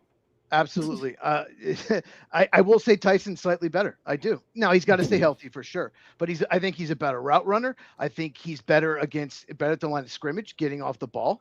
I think he's way more polished at this point. I love Tate's the way he moves. I love his double move. Tyson, he has a good. I will give Tyson a double move, and he is better off the line. Everything else, Tate is way higher. I guarantee you. I got to watch this with Greg Cosell in Nashville. I'm telling you, Tate is way better than he is. We'll see. I'm telling you. Oh boy! All right, you're going down, Cheese. You're going down. The fact you say Maurice isn't exceptional is just crazy, but whatever. He's not exceptional. Go listen to the Athletic podcast on him. Go listen to me. I don't need to listen to the Athletic podcast. I watched the film. I watched the games. I watched it. I don't need to listen to someone else's podcast. Tyson is a well-rounded player. He is not exceptional. I'll stand on that. Agree, disagree. That's fine. All right, so bye, guys. Yeah, thanks for pissing off our guest, Cheese. I appreciate it. It's good debate. But this is what we do, right? Yeah, we don't always all have to agree, and we're going to see what happens as the. What are we talking about now? Goes on. Yeah. I know that you want to talk about them trading back up into the first round, Cheese. Shocked me, by the way. That shocked me. That shocked me. The thing you want with edge rushers is you want them to be good run defenders. And I don't know if you knew this, but Kendrick Falk's great at defending the run. So that's the rumor, I guess. It's the first thing everyone says about Keldrick Falk. If you don't know the joke, we talked about on this podcast before. But Keldrick Falk, the Titans moved back in the first round and drafted him. To me, and I want to get your take on this, because I think he seems like a strange fit in the Robert Saleh defense. Because he usually prefers more like smaller speed rushers, more just like quick, violent type of rushers, and that's not Keldrick Falk. Why do you think they traded up for him? So this is one I'm in total agreement to, because they traded back up, and all of a sudden people are hitting my shoulder at the draft when I'm eating a hot dog, going, "What?" And they traded back up. What do you mean they traded back in? So I'm trying to figure out what's going on, and I see Keldrick Falk, and I said the exact same you did. I don't understand. My guess, Cheese, is that they're looking at Myers and Simmons, and they think maybe another strong guy there on the edge, but I'm not really sold on that. The Falk one made me raise an eyebrow. My only guess is that maybe White Cotton, the defensive line coach or something, was in somebody's ear. Like, I can do a lot with this guy, maybe. Maybe Saleh was the one pushing for him. I'm not exactly sure. I do like, now, great hands, big length, typical, what anything you could ask for as far as measurements when it comes to a defensive end. Run stopper, I guess, which I laugh really hard at that.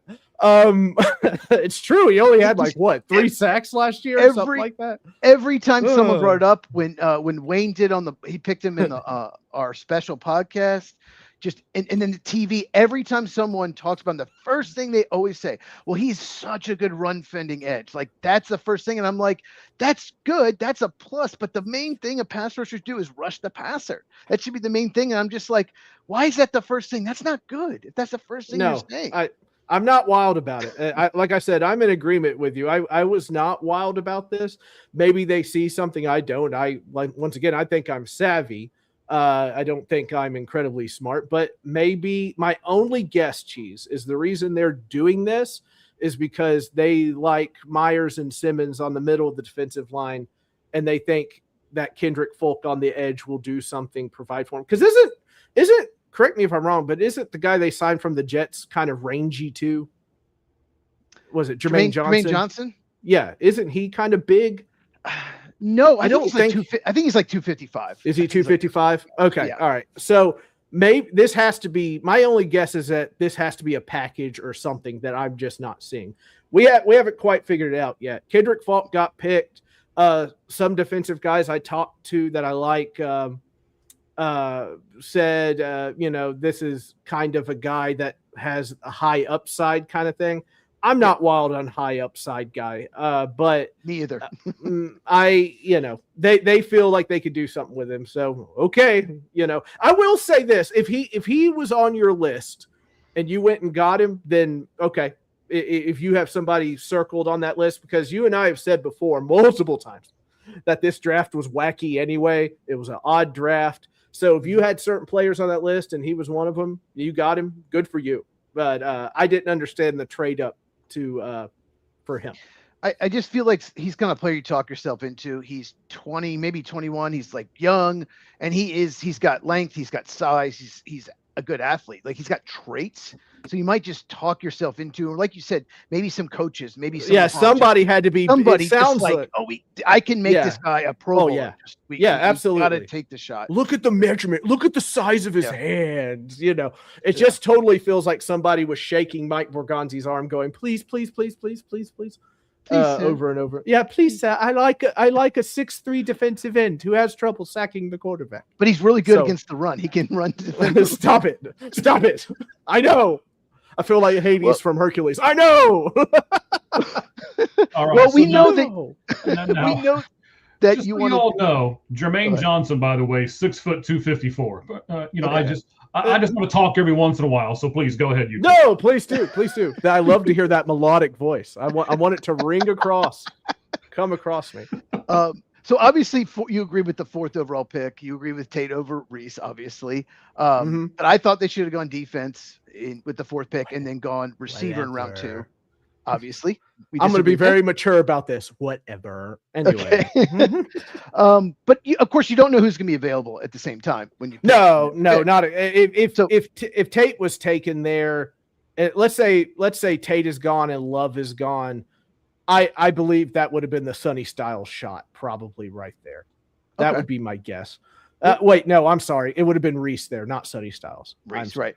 Yeah. Well, so who would you rather have? I think I probably know this answer, although you weren't high on the Falk pick. But would you rather have Colonel Tate and Keldrick Falk, or what I would prefer is Orville Reese and Denzel Boston? What would you rather have?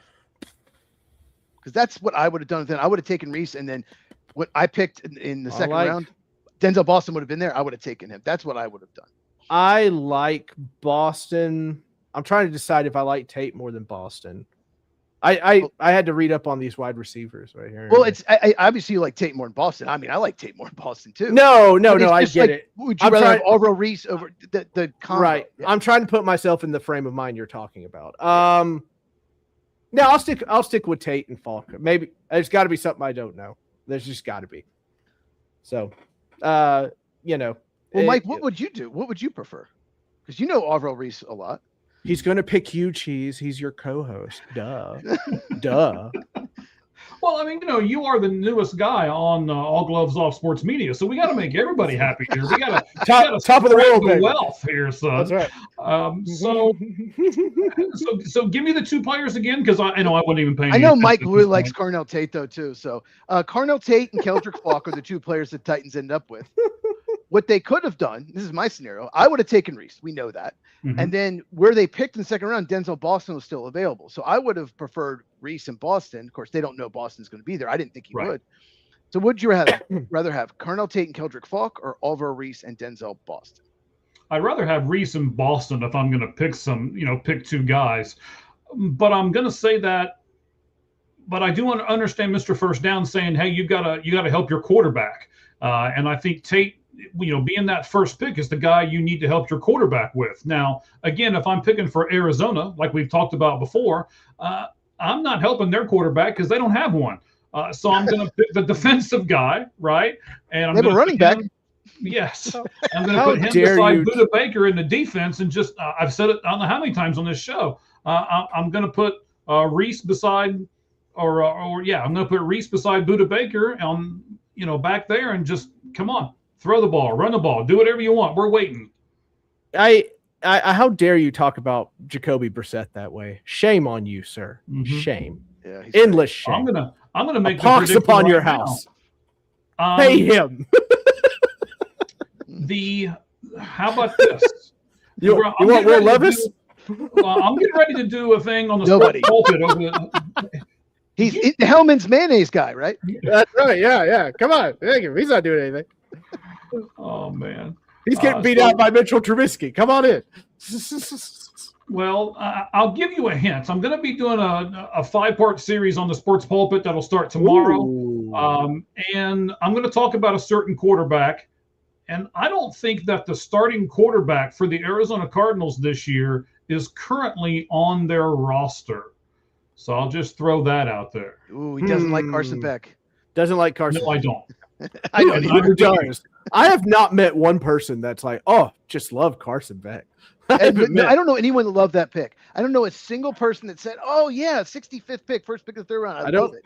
I don't see his jerseys either. I don't see his jerseys in the stands. I don't, I don't see it. Yeah. It'll be on clearance in 2 years. I felt for you, Mike, when I saw Carson Beck go. I was like, Lord have mercy. And just when I thought the Drew Aller pick couldn't get any worse.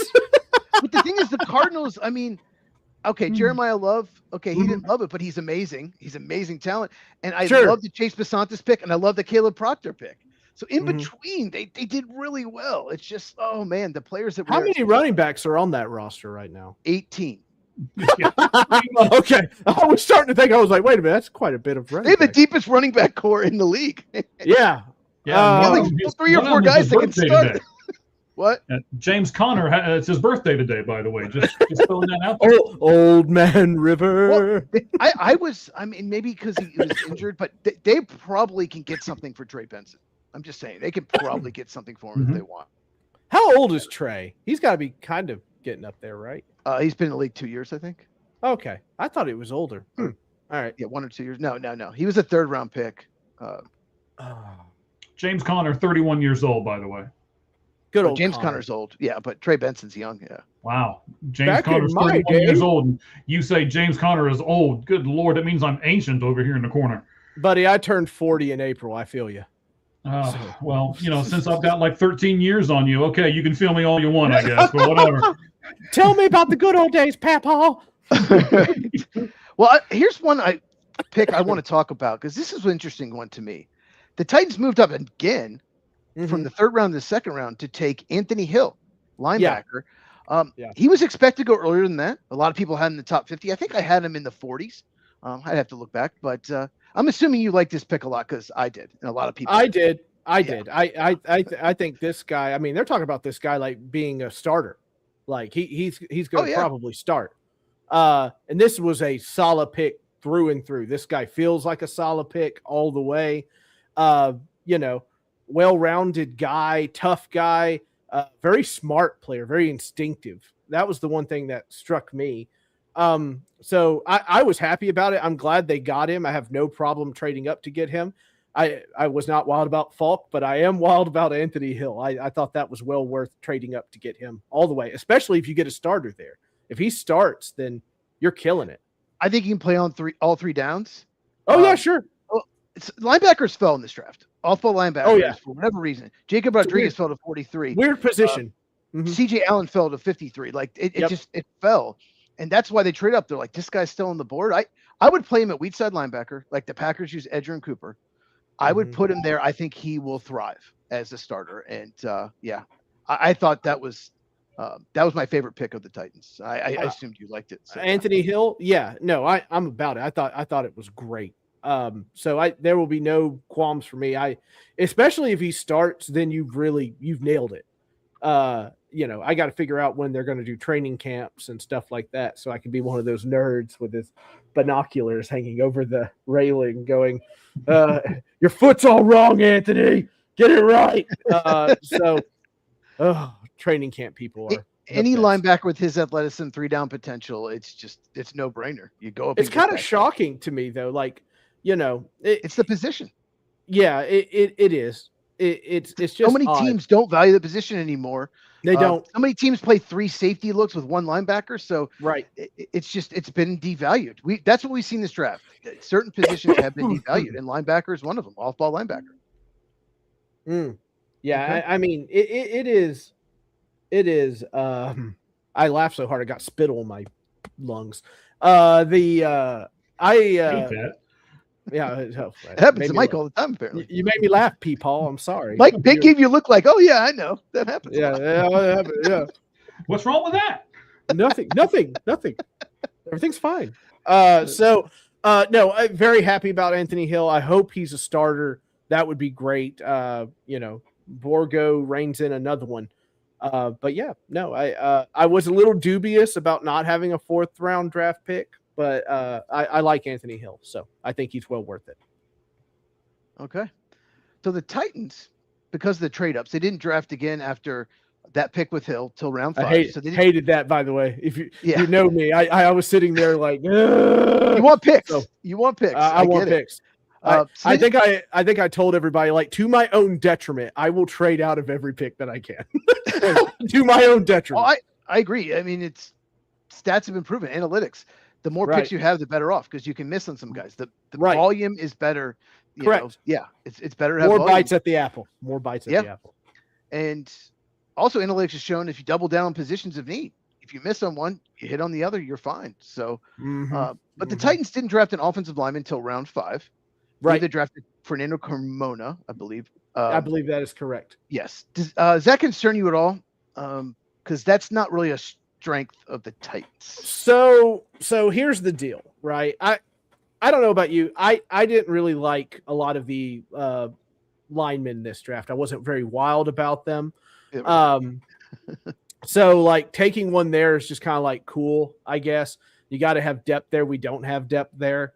I was happy about later on with Coogan. I thought that was fine too. I was surprised he was still there, to be honest with you. He had a pretty good year. I mean, he was hoisting a trophy at the end of it. He was terrific in the college football playoff. In the college football, right. He was on fire. Yes. I'm pretty sure he was drafted just for the college football playoff that he played so well in. But I don't mind adding depth there. I'll be honest with you. At that point, I was like, I didn't have a 4th round draft pick, so they picked something, and it was like, that instant satisfaction you get, from an ice cold Dr. Pepper hitting your tongue. It's you love your Dr. Pepper. I do. I really do. Paid from them, by the way. I keep trying. Them and Buffalo Wild Wings. I keep trying.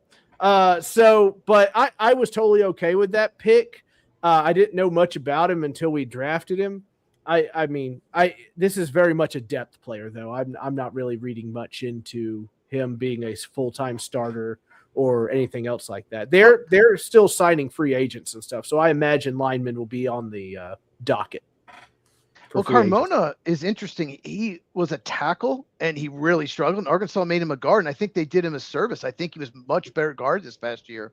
I like that value. I think he has the tools to develop a starter down the line. I think, he just really, like, 2024 season as tackle. He's their left tackle. He's awful.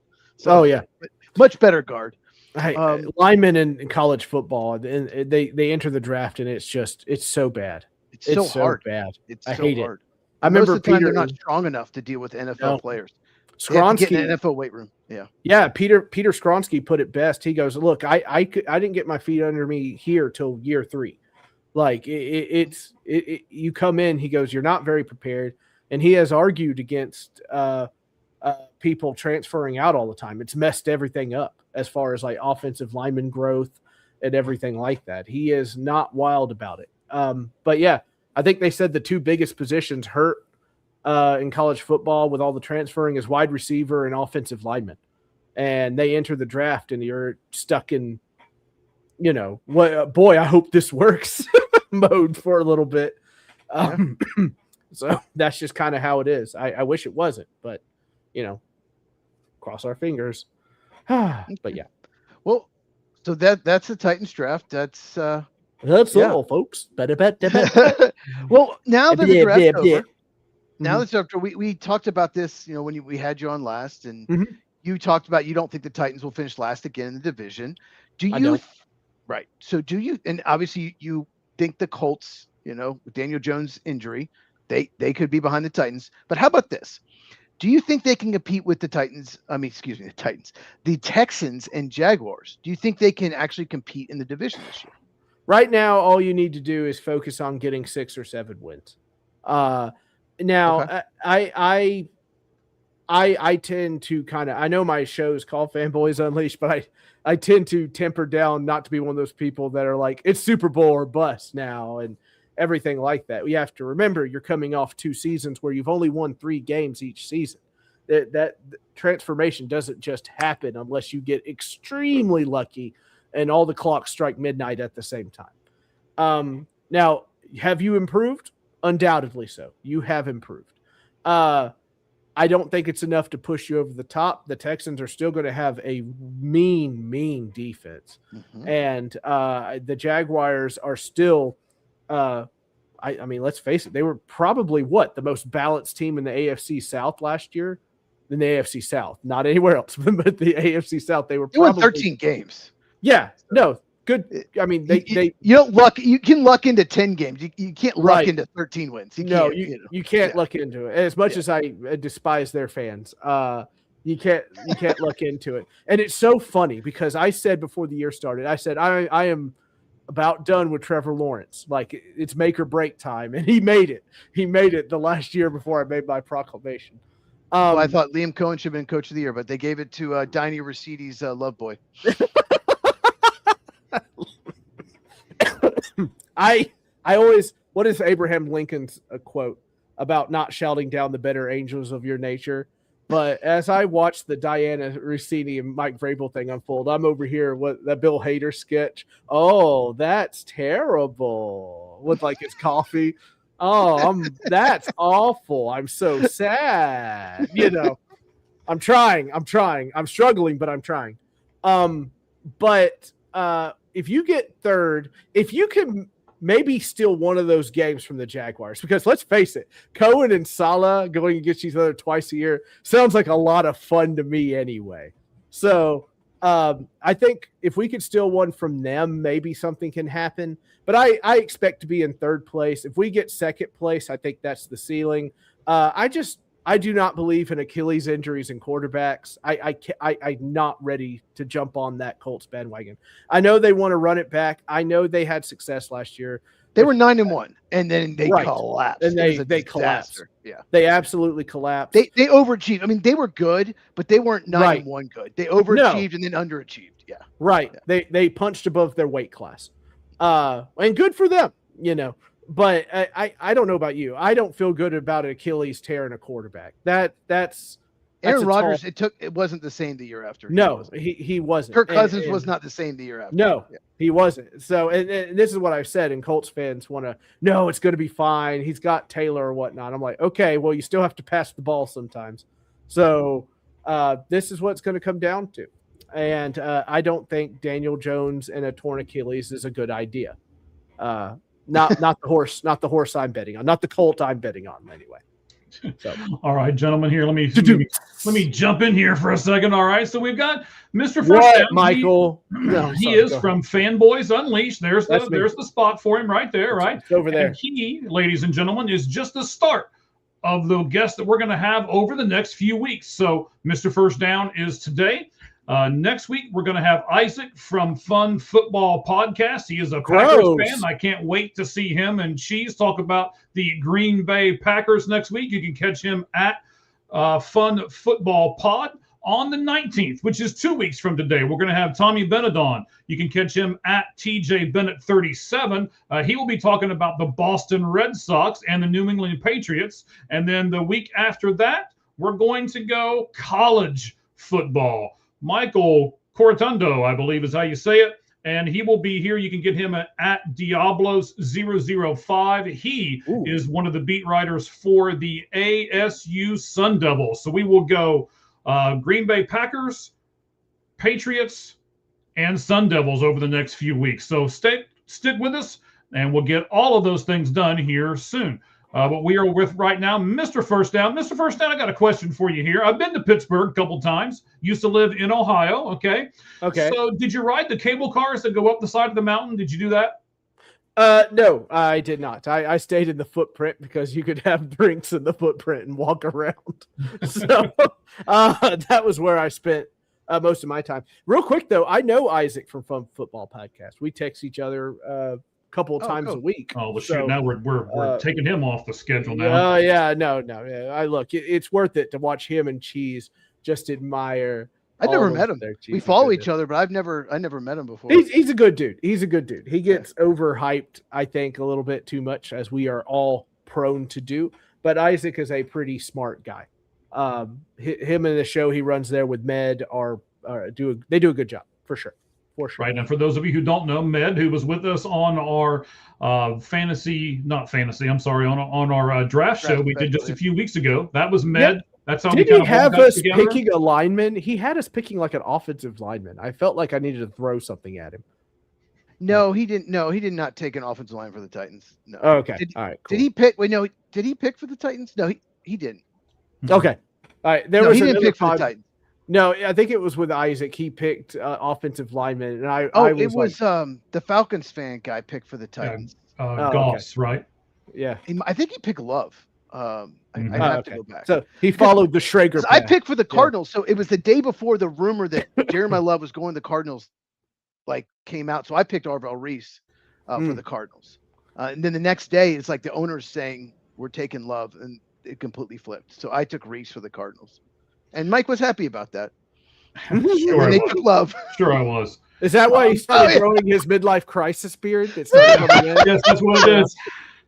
Oh, Mr. First Down, I got one more question for you. We'll let you go. Sure. Okay. You were at the draft. I didn't mean what I said about Tyson. I mean, I did mean it, but don't let me go. I've been looking forward to this, getting this question because right, go for it. I've never been in the draft. Mike hasn't either. Okay. We want to know.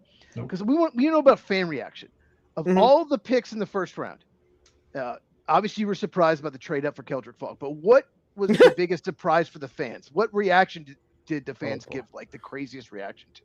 I'm guessing Ty Simpson. Am I wrong? No, you're not wrong. That was exactly who I'm going to. Gentlemen, let me set the mood for you. It's the sun is almost gone. It is dusk. There is probably a 300-pound man, probably 10 feet away from me, on his 8th or 9th 40 of Miller over there with a giant. Oh, I got music with it. Okay, so picture this guy. He's there. He has a construction helmet with big ram's horns that go all the way back, like Stephanie McCurr in wrestling, massive horns. And he's sitting there, and he is like, "All right, Les, let's do this. He's going on and on about a Mekhi Lemon or whoever. He's talking about a new wide receiver. He's talking about a great new defensive player. So, I'm sorry. I just remember this so vividly. And there's 5 Rams fans near him. And here comes Goodell. Whoa, sorry, it's so funny. Walks on the stage and is they select Ty Simpson. This man, it is 10 seconds of silence. And he grabs his helmet, yells the F word, and he ricochets that thing off the ground. It is doom! And off it goes. And the other Rams fan next to him just crushes his cup of liquor that it just seeps down from his hand. And they were absolutely devastated. Not happy at all. I hung out with the Jets fans who were very funny in their own right. I was talking to a guy as a Jets fan that had on the back of his jersey, "Dear God, make it stop," was what it said on the back of his jersey, which is terrific. And we saw the Rams guy losing it. And of course, we're trying to hide our laughter because this guy, devastated. he's probably talked himself into it by now. He's probably watched Dan Orlovsky 18 times in a row defend the pick over and over and over and over again. But it was clear and evident on all of our faces, and especially their faces, that Ty Simpson, that is a mighty, mighty swing of the bat. So then, Cheese, were you there? Or Cheese, wow. Hi. First down. Were you there all 3 days? I'm part of your network. Did you know that? Yes, I did. What did Jeremiah? What did love do to you? Look at you. I'm disconnected over here. I've only talked like about a minute and a half in the last hour. So were you there all 3 days? Yeah, we left a little early the third day. My Colts fan cousin had to get to a daddy-daughter dance, so we left a little early on the third day. But but you got to do that. I guarantee you, if I had a daddy-daughter dance, I would fly or whatever I had to do. So we left early that day. But I mean, Pittsburgh showed out. It was a great giant footprint. There were 800,000 plus people there. You didn't have to wait in big long lines. It was not all crowded in one zone. You know what I mean? Like, obviously draft stage, fill. Mm-hmm. But anywhere else in that large footprint, you could easily walk around, not have to wait in line for drinks or food or bathroom. Totally fine. Had no problems whatsoever. So they did a good job with that. Okay. And we appreciate them doing such a good job with that. The NFL, the Pittsburgh Steelers, and everyone else there. But I do have to ask this, and maybe it's just me because of the job that I do, right? So I do the first responder thing. I work in a prison, right? I'm always looking over my shoulder. Yeah. Where did you catch yourself doing that? Like, oh man, there's so many people here. I'm worried about this, or I'm worried about that, or did that not affect you whatsoever? No, it doesn't really bother me. I like people, so I might be one of the few people that actually like people. So I'm happy go lucky. I was just skipping merrily down the sidewalk. I'm just saying. He's comparing himself to you. He's listened to your channel, sir. What? Cheese is a very. No one else likes people. No one else likes people. I love people. I love the people. The people are great. So, except for Jaguars fans. I try to love them. They just push me away. They're not lovable. They just need love. They need it, though. You could see it. They don't want it. They don't want it. The bad partner, right? I could fix them. They you can't fix them. They're damaged people, Sam. They're stuck in Duval County, and it's just hell on earth in there. Listen. I don't understand the chant. How could you just yell a county name and that's your chant? That's just odd to me. But anyway, nothing really like that. If somebody's super drunk or something, you just make the wide berth like everybody else, around them while they stumble around. I didn't get that bad. I came close, but one too many. I almost got kicked by a Moscow Mule, but I made it. There might have been a tweet on X about being hungover. I might have saw you post that. Maybe. Oh yeah, I said we're gonna have a nice quiet day too. Not a lot of yelling. Very calm. Right. I found the Starbucks. So. Okay. Good. So last thing for me, for the two of you today, I'm sure you saw it. So the charges against former Chief and Titan cornerback L'Jarius Sneed were dismissed today. Mm-hmm. Is he going to ever be back in football, gentlemen? You want to go first, Cheese? You want me to? Go ahead and go. He's on the Titans, or at least he already kind of dropped off, to be honest with you. This is one reason Rand Carthon got fired at his GM job. He would just swing at guys and pay them way too much money to be there. He did it with Ridley. Ridley took a pay cut to stay because he realized his career's in the gutter. Also found out that Daboll was his OC in Alabama the time he was there. But when it comes to Sneed, he was already starting to fall off. There were things he was trash talking in the media about wide receivers, and then he would get smoked by them 3 or 4 times the next game. Like, the guy just doesn't really have it, I would say, anymore. At least not top tier ability like he used to have. Awful. I'm sure glad I paid him all that money. Anyway, and gave up draft capital for him. I And think gave up draft 2 and a capital. 5. Like Fired him. Like, Yeah. If the Chiefs trade you, like Chiefs won't give up anyone for character reasons. So like the Chiefs give up on you, it's bad. I don't know. I was shocked by that move when the Titans made it at the time, and then paid him a corner, 2 and a 5. I didn't love it. And Steve Spagnuolo is so good at getting the most out of corners. He makes you look like a Pro Bowler, and when you go everywhere else, not good. Every corner that's been in his system just is not as good. So it's like a Patriots wide receiver other than Wes Welker, right? Like every time anybody but Wes Welker would leave and they would just be nothing.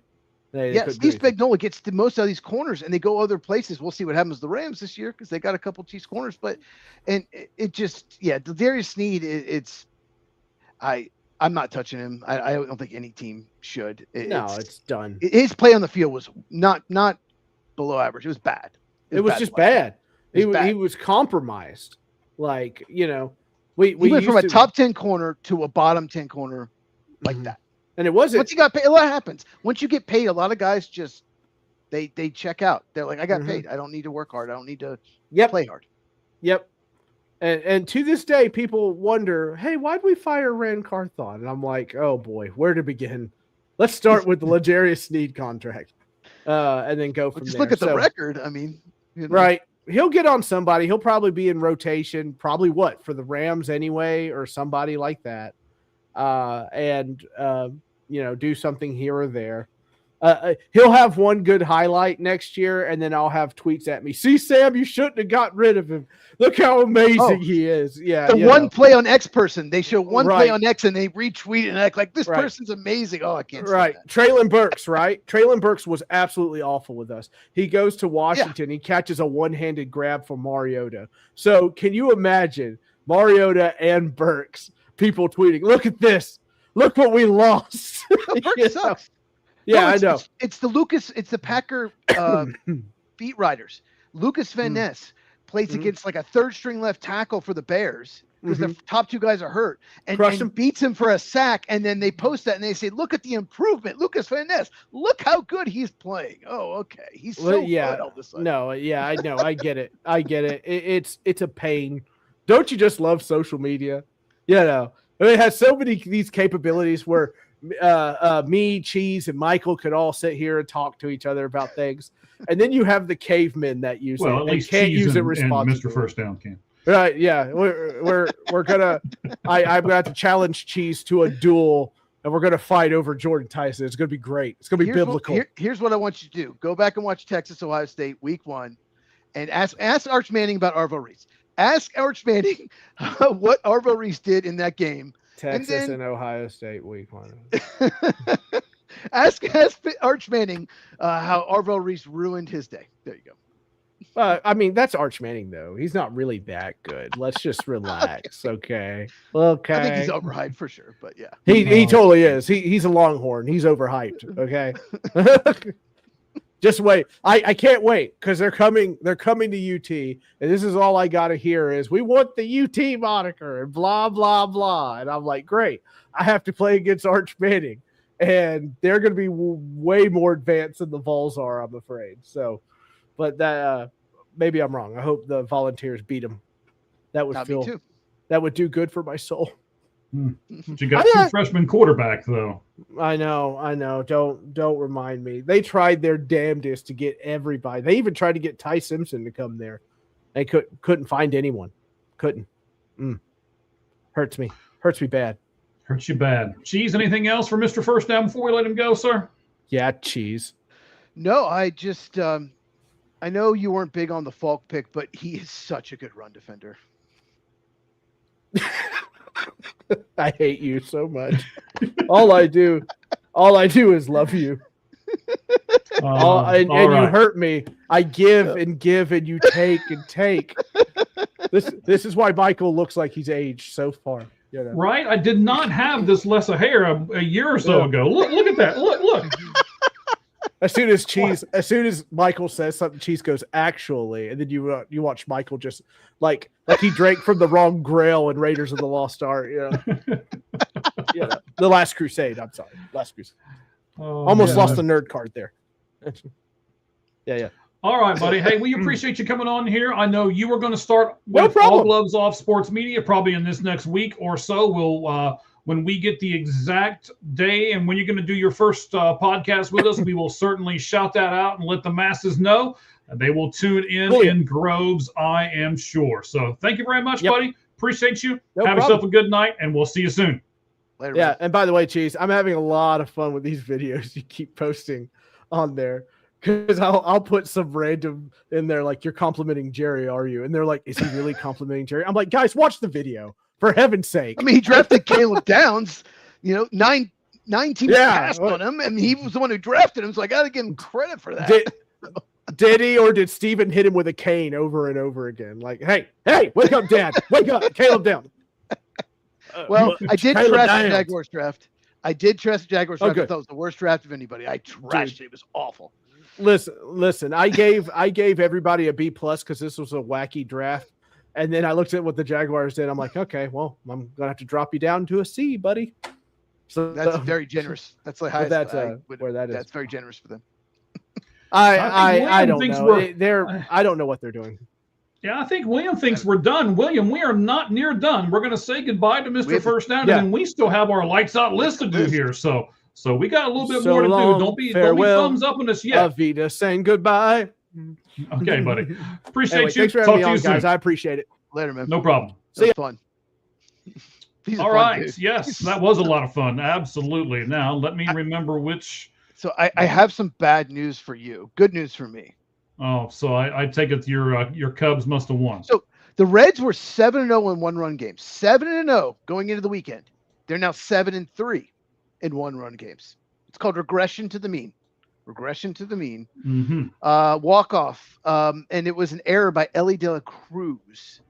Made an error on a ball up the middle. Well, I mean, I guess they might have called it a hit. Looked like a play he could have had. And because he didn't get to it, Dansby Swanson was able to score from second. The Cubs have defeated the Reds. Reds, is it 6 straight now? 5, 6 straight? 5, I believe. Maybe 6, but I know at least 5. It's like, and they had their closer got hurt. Sorry.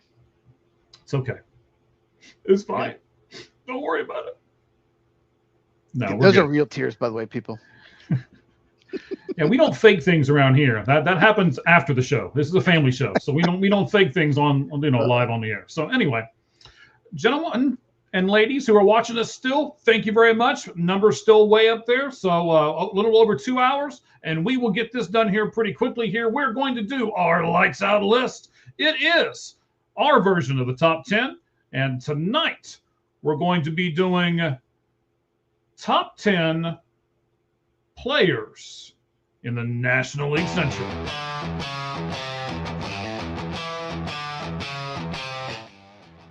All right, Cheese, here we go. Top 10 players in the National League Central. I've got my list. Do you have your list, sir? I do. I actually worked on this earlier today, knowing it would take time. So I had it ready like an hour before the show. Usually I'm doing it like right before. I was scrambling to put everything together here. So, yeah, that was me this time, but that's okay. So who's going first, me or you, buddy? What do you want? I'll take it. Okay. Number 10, a Pittsburgh Pirate. No, I take that back. I decided to flip these two. Number 10, the guy who I teased earlier. Is he going to make either one of our lists? He made my list. He made it at number 10. Moises Ballesteros. 306 batting average, 18 RBIs, 14 runs, and 26 hits so far in the young season. Moises Ballesteros for me, number 10 for the Chicago Cubs. So believe it or not, I didn't put him on the list. For a couple reasons. One, he's a DH only. Mm-hmm. And two, well, he's caught only 2 played- games. what? He has caught. He's okay, caught but- 2 games in 2 okay. years. So, But look, he's an amazing hitter. He's a great player. He's going to be their DH for years to come. I love him. But this division's loaded, and It he is. only plays against righties. He's a left-hand hitter. So because of that, and he's a rookie, I looked at the last couple of years, some established players I put a little higher. So he just missed with me. But that's awesome that you put him on there. I wasn't sure All if right. you would. My number 10 is going to surprise you. I had to put there's only catcher on here, but I had to put a catcher. Hmm. And I put Carson Kelly, the Cubs catcher. Okay. Okay. This dude is unbelievable on defense, unbelievable at framing, throwing runners out. This year with men in scoring position, he is 169 WRC plus, so 69% better than league average. He has challenged 17 pitches and gotten 15 right, and it saved the Cubs 2.2 runs. Okay, no other catcher saved their team more than 1.4, and that's Salvador Perez. Carson Kelly, if he played 80% of the time like most starting catchers, he plays about half the time because they have Miguel Amaya. Mm-hmm. His numbers would be incredible. He'd be up there with like the best hitting catchers in the league. I think he's just one of the most underrated players in the game. So number 10, Carson Kelly. Wow. Okay. I love all the numbers, buddy. I really do. Just a lot of little things. He does so many things well. Yeah, you can't beat that. So that's fantastic. I think I cut myself off a little bit there because I was afraid I was going to cough on the mic. I don't like doing that. Number 9 for me, a Pittsburgh Pirate, Ryan O'Hearn. Wait till you hear his numbers. 308 batting average, 24 RBIs, 20 runs, and 37 hits in 31 games. He has been an offensive force for them so far this year. He can play first. He can play right field. So he's versatile for them. He's been one of those guys that they signed in the offseason, and he has paid off. He's really had that offense clicking, and he's got the Pirates. At least he's part of the reason why the Pirates are where they are today. Let me look at the list. He is one of 3 Pirates on the list. So I didn't have him on here. He's one of the 16 names I wrote down just because of his track record. Just because, he hasn't always been this good. So, yeah. So he was one of the 16 I left off. My number 9 is a rookie by the name of J.J. Weatherholt for the St. Louis Cardinals. God, this guy, it's one of those drafts where the Cardinals just missed the playoffs and they got in the lottery, like got in the top 7 because they lottery balls. And most people had him in the top 5. They got him at like 7. But his WRC plus is 128. He's playing outstanding defense at second base. He has only a 17% strikeout rate, 11% walk rate, 7 homers, 28 RBIs. Yeah, J.J. Weatherholt, man, he's a stud. Number 9. He is a stud, and we'll talk about him on my list a little later. But the second of 3 Pittsburgh Pirates fall for me at number 8, starting pitcher Braxton Ashcraft. No, not the other guy. He's later. Starting pitcher Braxton Ashcraft. So far this year, he is only 1-2 as far as the record goes, but he's got a 3.02 ERA and in 41 2/3 innings, only 14 earned runs, and his walk to strikeout ratio is 14-45. So, excuse me, kind of came out of nowhere for the Pirates. And he's been a really big addition to them. So at number 8, after Moises Ballesteros and Ryan O'Hearn, is Braxton Ashcraft. Okay. I have another rookie here at number 8. It's Sal Stewart of the Cincinnati Reds. He's 8? Yeah, he's 8. We're doing this right now, right? This was the players in the National League Central right now, right? Do you not have him on your list? Oh, okay. Keep going. I'm sorry. I'm confused. So like, what? He is much higher on my list than, okay, than so what he here's is why on he's not yours. higher. One, he had a bad weekend, so his numbers have dropped off. But Okay, he might have yes. been higher on the list. Defensively, like his defensive metrics don't look spectacular. So really look 3 to 8 were pretty much dead even. I mean, I just had to pick an order. But yeah, Sal Stewart, I guess he's a first baseman. Is he second baseman? I don't know. Third, he can play a lot of places, but Yes, but you're saying his defense is bad. But continue. I played don't first, think it's been second, bad. and It's just third not this as good. season. Some of these other players just play much better defense, and so that's kind of typically that's what I do with tie breaks on lists like this. When we did top 10 third baseman, that was kind of the tiebreaker. Yeah, like I said, Sal Stewart till the last like 5 or 6 games, he had won Rookie of the Year. It's going to be a competition now, but he's been tremendous. What did he have? 1 strikeout in the first week or something like that? I mean, he can Yeah, hit. but he had one bad weekend. You drop him to 8. But please continue.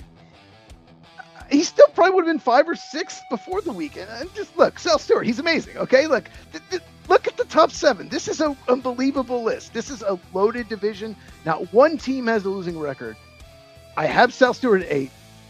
You okay? You gonna be okay? Yes. No, I'm Okay. fine. I'm fine. Okay. I'm disappointed, but I'm fine, sir.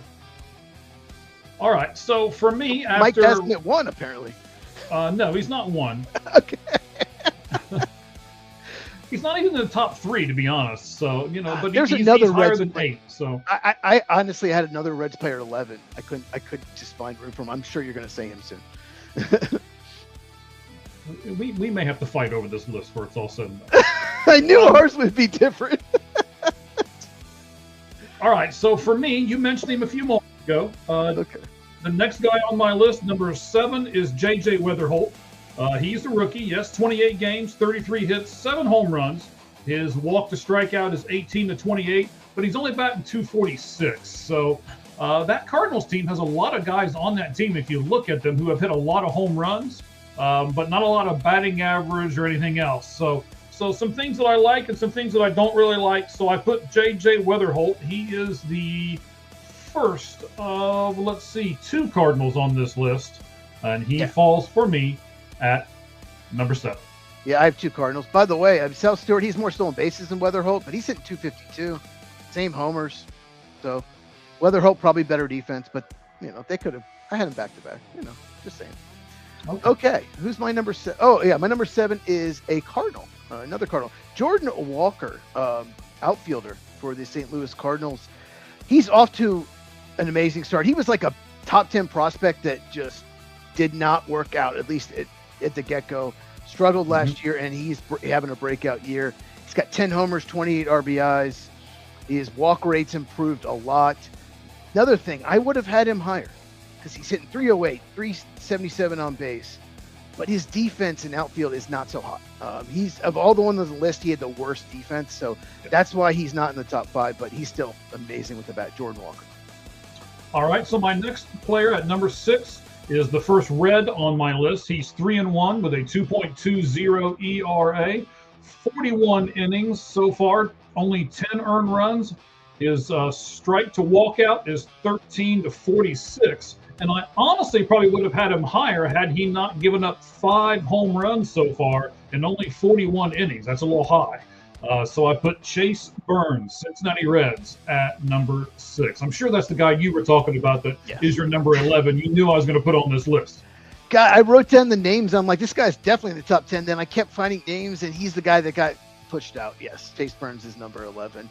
And like I said, when in doubt, I went with track record. Like the tiebreaker was track record and then defense. And, his ERA was in the 4s last year. So that's the main reason. But he's got incredible stuff. He's going to have a great career. Okay. My number 6, I doubt you put him on the list, but you should, is Seiya Suzuki of the Chicago Cubs. He hurt his knee in the World Baseball Classic, but since he's come back, so he missed the first 2 weeks, but he has been incredible. He's been so clutch. He had a 3-run homer last night against the Reds. They were down 3-0 to tie the game. He is walking a ton, more than he ever has. He's hitting 321, 417 on base percentage. His WRC plus is 173 for the season. And his defense, they moved him DH last year because his defense had dropped off. His defense has actually been slightly above average this year. So, yeah, number 6, Seiya Suzuki. I don't know about you. WRC plus 173. Hitting like 370 men in scoring position. 3-run homer against the Reds yesterday. And in 22 Valentine games, out. because he was hurt. Only Valentine got 2 doubles. Only has 13 RBIs. Because he missed the first 2 weeks. He had 3 RBIs yesterday. Yeah, and that big home run that I was yelling about. But I'm sure you saw it. You and I could have hit that ball that he hit out of the ballpark. But that was a big mistake by Chase. Not 450 feet. Maybe not. Okay. All right. For me, you mentioned him. Jordan Walker comes in at 5, a 2.2 WAR, wins above replacement in 34 games, 40 hits,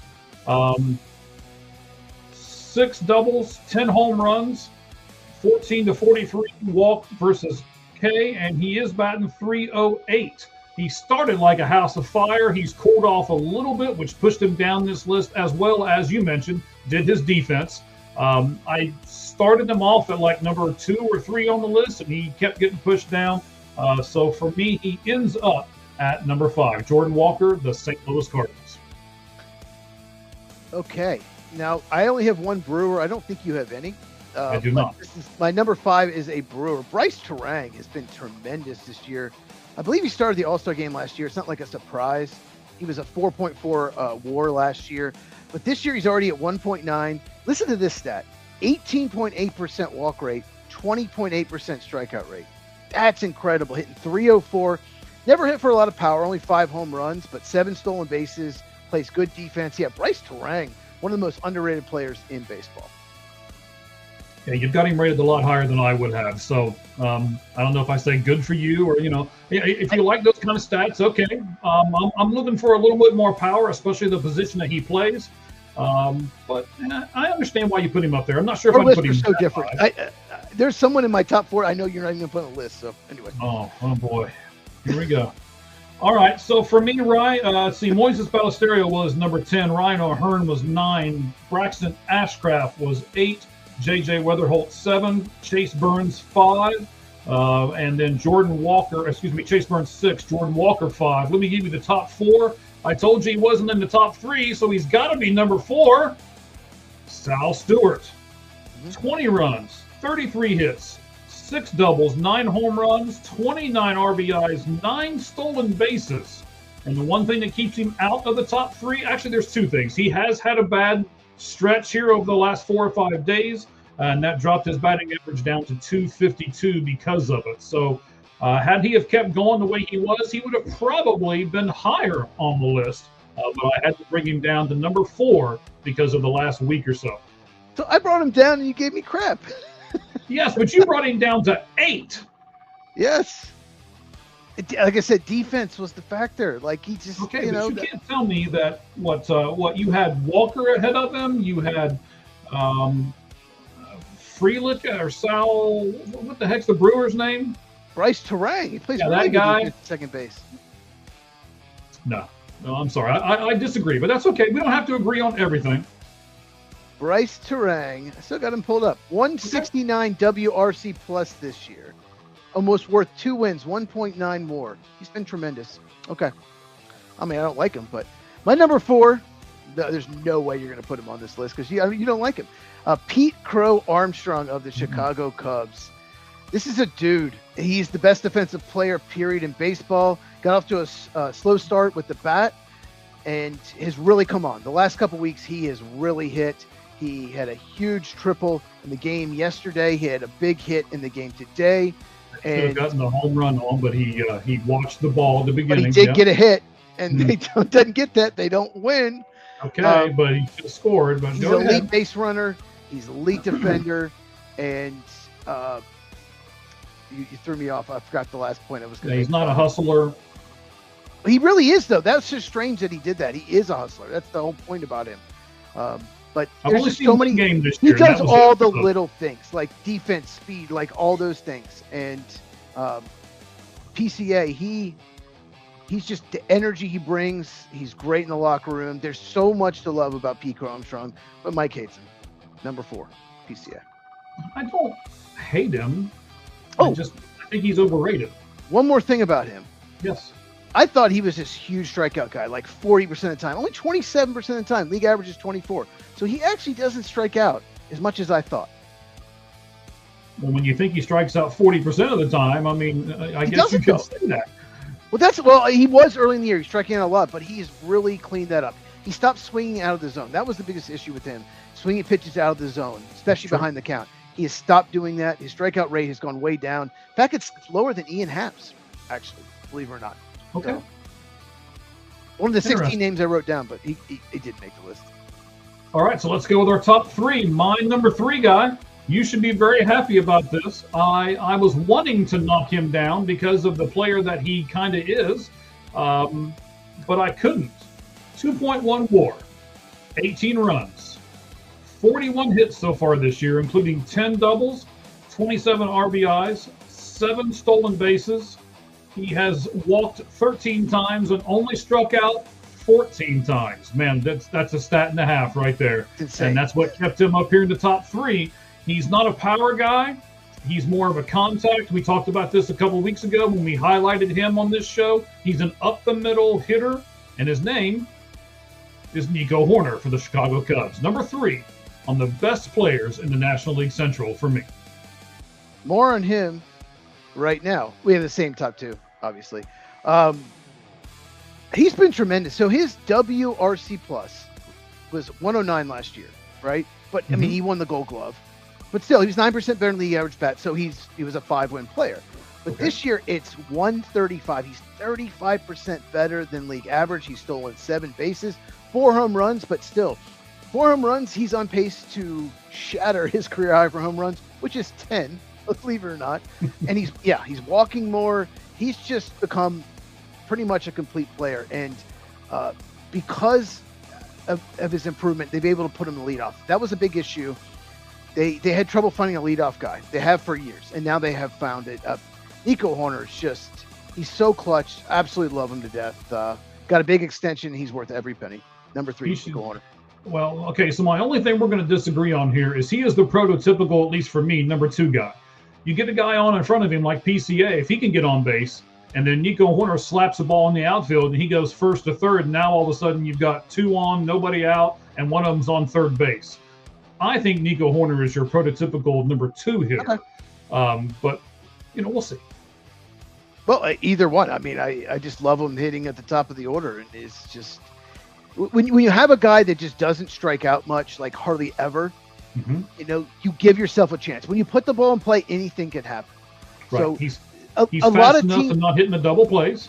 Right. A lot of teams that struggle in the postseason, scoring runs, it's because they have a lot of guys that strike out a lot, and you face the best pitchers in the postseason. If you're not, anything can happen. Blue pits. You've got to have guys that put the ball in play. You have to have. Every team needs some kind of guy like this, and I agree. Everybody's sitting back waiting for the 7-run home run, and it just doesn't happen, right? Yep. All right, so number 2 for me. We have the same top 2. Yeah, it'll be interesting to see if we have them in the same order. I'm going to say no. And everybody's going to call me the homer because of it, but I'm going to put Paul Skeens at number 2. Okay. He's 4-2 with a 3.18 ERA, 12 earned runs, 7 walks, 39 Ks. Ashcraft has a better walk to strikeout ratio than Skeens does. He has a better ERA than Skeens does, but I still put him up there because of the potential that he has, and he's the guy that everybody's scared of. When I saw that the Reds were playing the Pirates, I was like, oh man, do we have to play Paul Skeens? Do we have to play Paul? I'm looking through this. So he's still that guy. And because of that, I put him at number 2, but also because of the fact that he's not done extremely well this year. He's not been Paul Skeens-like. I put him at number 2. Okay. We have the same top 3, different order, obviously. Let's talk about my number 2, Elly De La Cruz. Okay. One thing I like about De La Cruz is his walk rate's gotten better each year. Correct. His batting average has gotten better each year. He's in his 4th year now. He is defense. God, I didn't realize how good a defensive player until I researched this. Really good defensive player. He's already got 10 home runs. He's got 25 RBIs, 27 runs scored, 8 stolen bases. He's just your 5-tool dude. He's just a dude, man. He can just do everything well. And Elly De La Cruz. Oh, WRC plus 149, 49% better than league average. He isn't my number 1. I'll talk about the guy you talked about in a second. Okay. So Elly is my number 1, 1.6 as far as WAR goes. In 35 games, he's got 39 hits, which includes 6 doubles, as you have already alluded to, 10 RBIs, 10 home runs, 25 RBIs, those 8 stolen bases. And let's talk about his walk to strikeout. It's not great, but as you said, it's improving. It's better. 17 walks, 44 strikeouts, not including tonight's game. And he has a 285 average. Now, what has been impressive to me and what put him at number 1 for me is he's been a switch hitter his entire career, but he wasn't real good from the right-hand side of the plate.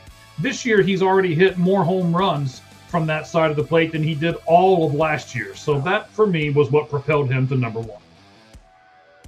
He's just really, really good. Yeah. We talked about this when he was injured last year, playing through it. That really hurt. That hurt the Reds. His numbers by the end of the year could be like insane. Okay. My number 1 is Paul Skeens, pitcher for the Pirates. My only Pirate on this list, and my only pitcher, I just looked at it, it's my only pitcher I had on this list. We talked about this, the hitting machine, man. Well, yeah, if Cade Horton was healthy and pitched like he did the second half last year, so far this year, he probably would have made it, but he's not healthy. But Paul Skeens, if you take away his first start, just take that away, he was awful. Didn't have it. His numbers would be amazing. He just had one horrible start. But he's the best pitcher in baseball, in my opinion. He won the Cy Young last year. If he stays healthy, he might win 10 Cy Youngs. He is that good. His stuff is incredible. If you look at his fastball slider, have you ever seen that video of it, like movement? You know, yeah, when they do the same pitch at the same time. Yeah. Same arm angle. Like, how can you hit that? If you have to guess, and you guess wrong, you're done. You're 100% right. He is just one of the rare talents. Kind of reminds me, obviously he got hurt, so it wasn't the same, but still very good. Kerry Wood, like hype. Like when he was coming up, Kerry Wood had that same kind of hype when I was a kid. And kind of reminds me similar prospect. Like when he is on, you cannot hit him. And so just for the way he pitched last year, I just slightly had to put Paul Skeens ahead of Ellie De Cruz. All right. I don't mind any of those. Let's go over the top 10 as we have them, and then we'll bid everybody adieu here in just a couple seconds. So I had Moises Ballesteros at 10 with Ryan O'Hearn at 9, then Braxton Ashcraft, J.J. Weatherholt, Chase Burns, Jordan Walker, Sal Stewart, Nico Horner, Paul Skeens, Ellie De La Cruz. Cheese, give us your top 10 National League players right now. At number 10, the surprise one, Carson Kelly, catcher, Cubs. Number 9, J.J. Weatherholt, second baseman, Cardinals. Number 8, Sal Stewart, I guess first baseman / second baseman, Reds. Number 7, Jordan Walker, outfield, Cardinals. 6, Seiya Suzuki, outfield, Cubs. 5, Bryce Terang, second baseman, Brewers. 4, PCA, Pico Armstrong, center fielder, Cubs. 3, Nico Horner, second baseman, Cubs. 2, Ellie De La Cruz, shortstop for Reds. And number 1, Paul Skeens, pitcher for the Pirates. One pitcher for me. All right. One pitcher. Well, I only had 2. I had 3. 3 pitchers on this list. 3. So. I had a few in the 16. Like I had Shota in manga. He just couldn't find a spot from the top 10. And Chase Burns was my number 11. Okay. Understood. All right, buddy. Hey, it's been fun. We really love this, really enjoy this. We do it for ourselves. And then, of course, but most of all, we do it for each and every one of you. Thank you, guys, for getting us over 50 views tonight.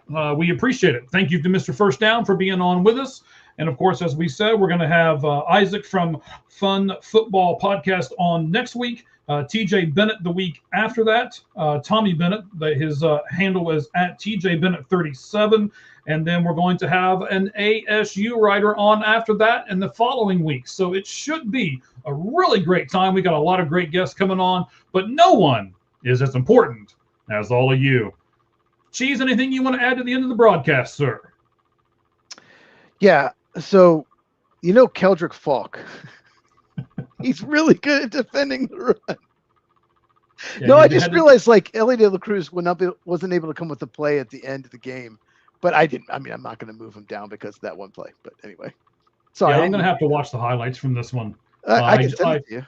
I'll watch him here in just a little bit. While you and Mr. First Down were incessantly talking amongst yourselves, I watched the whole thing where the hamstring pull. You can tell it is a hamstring on Pagan. He, like you said, he was down in some serious pain. They brought the cart out for him. They carted him off. So.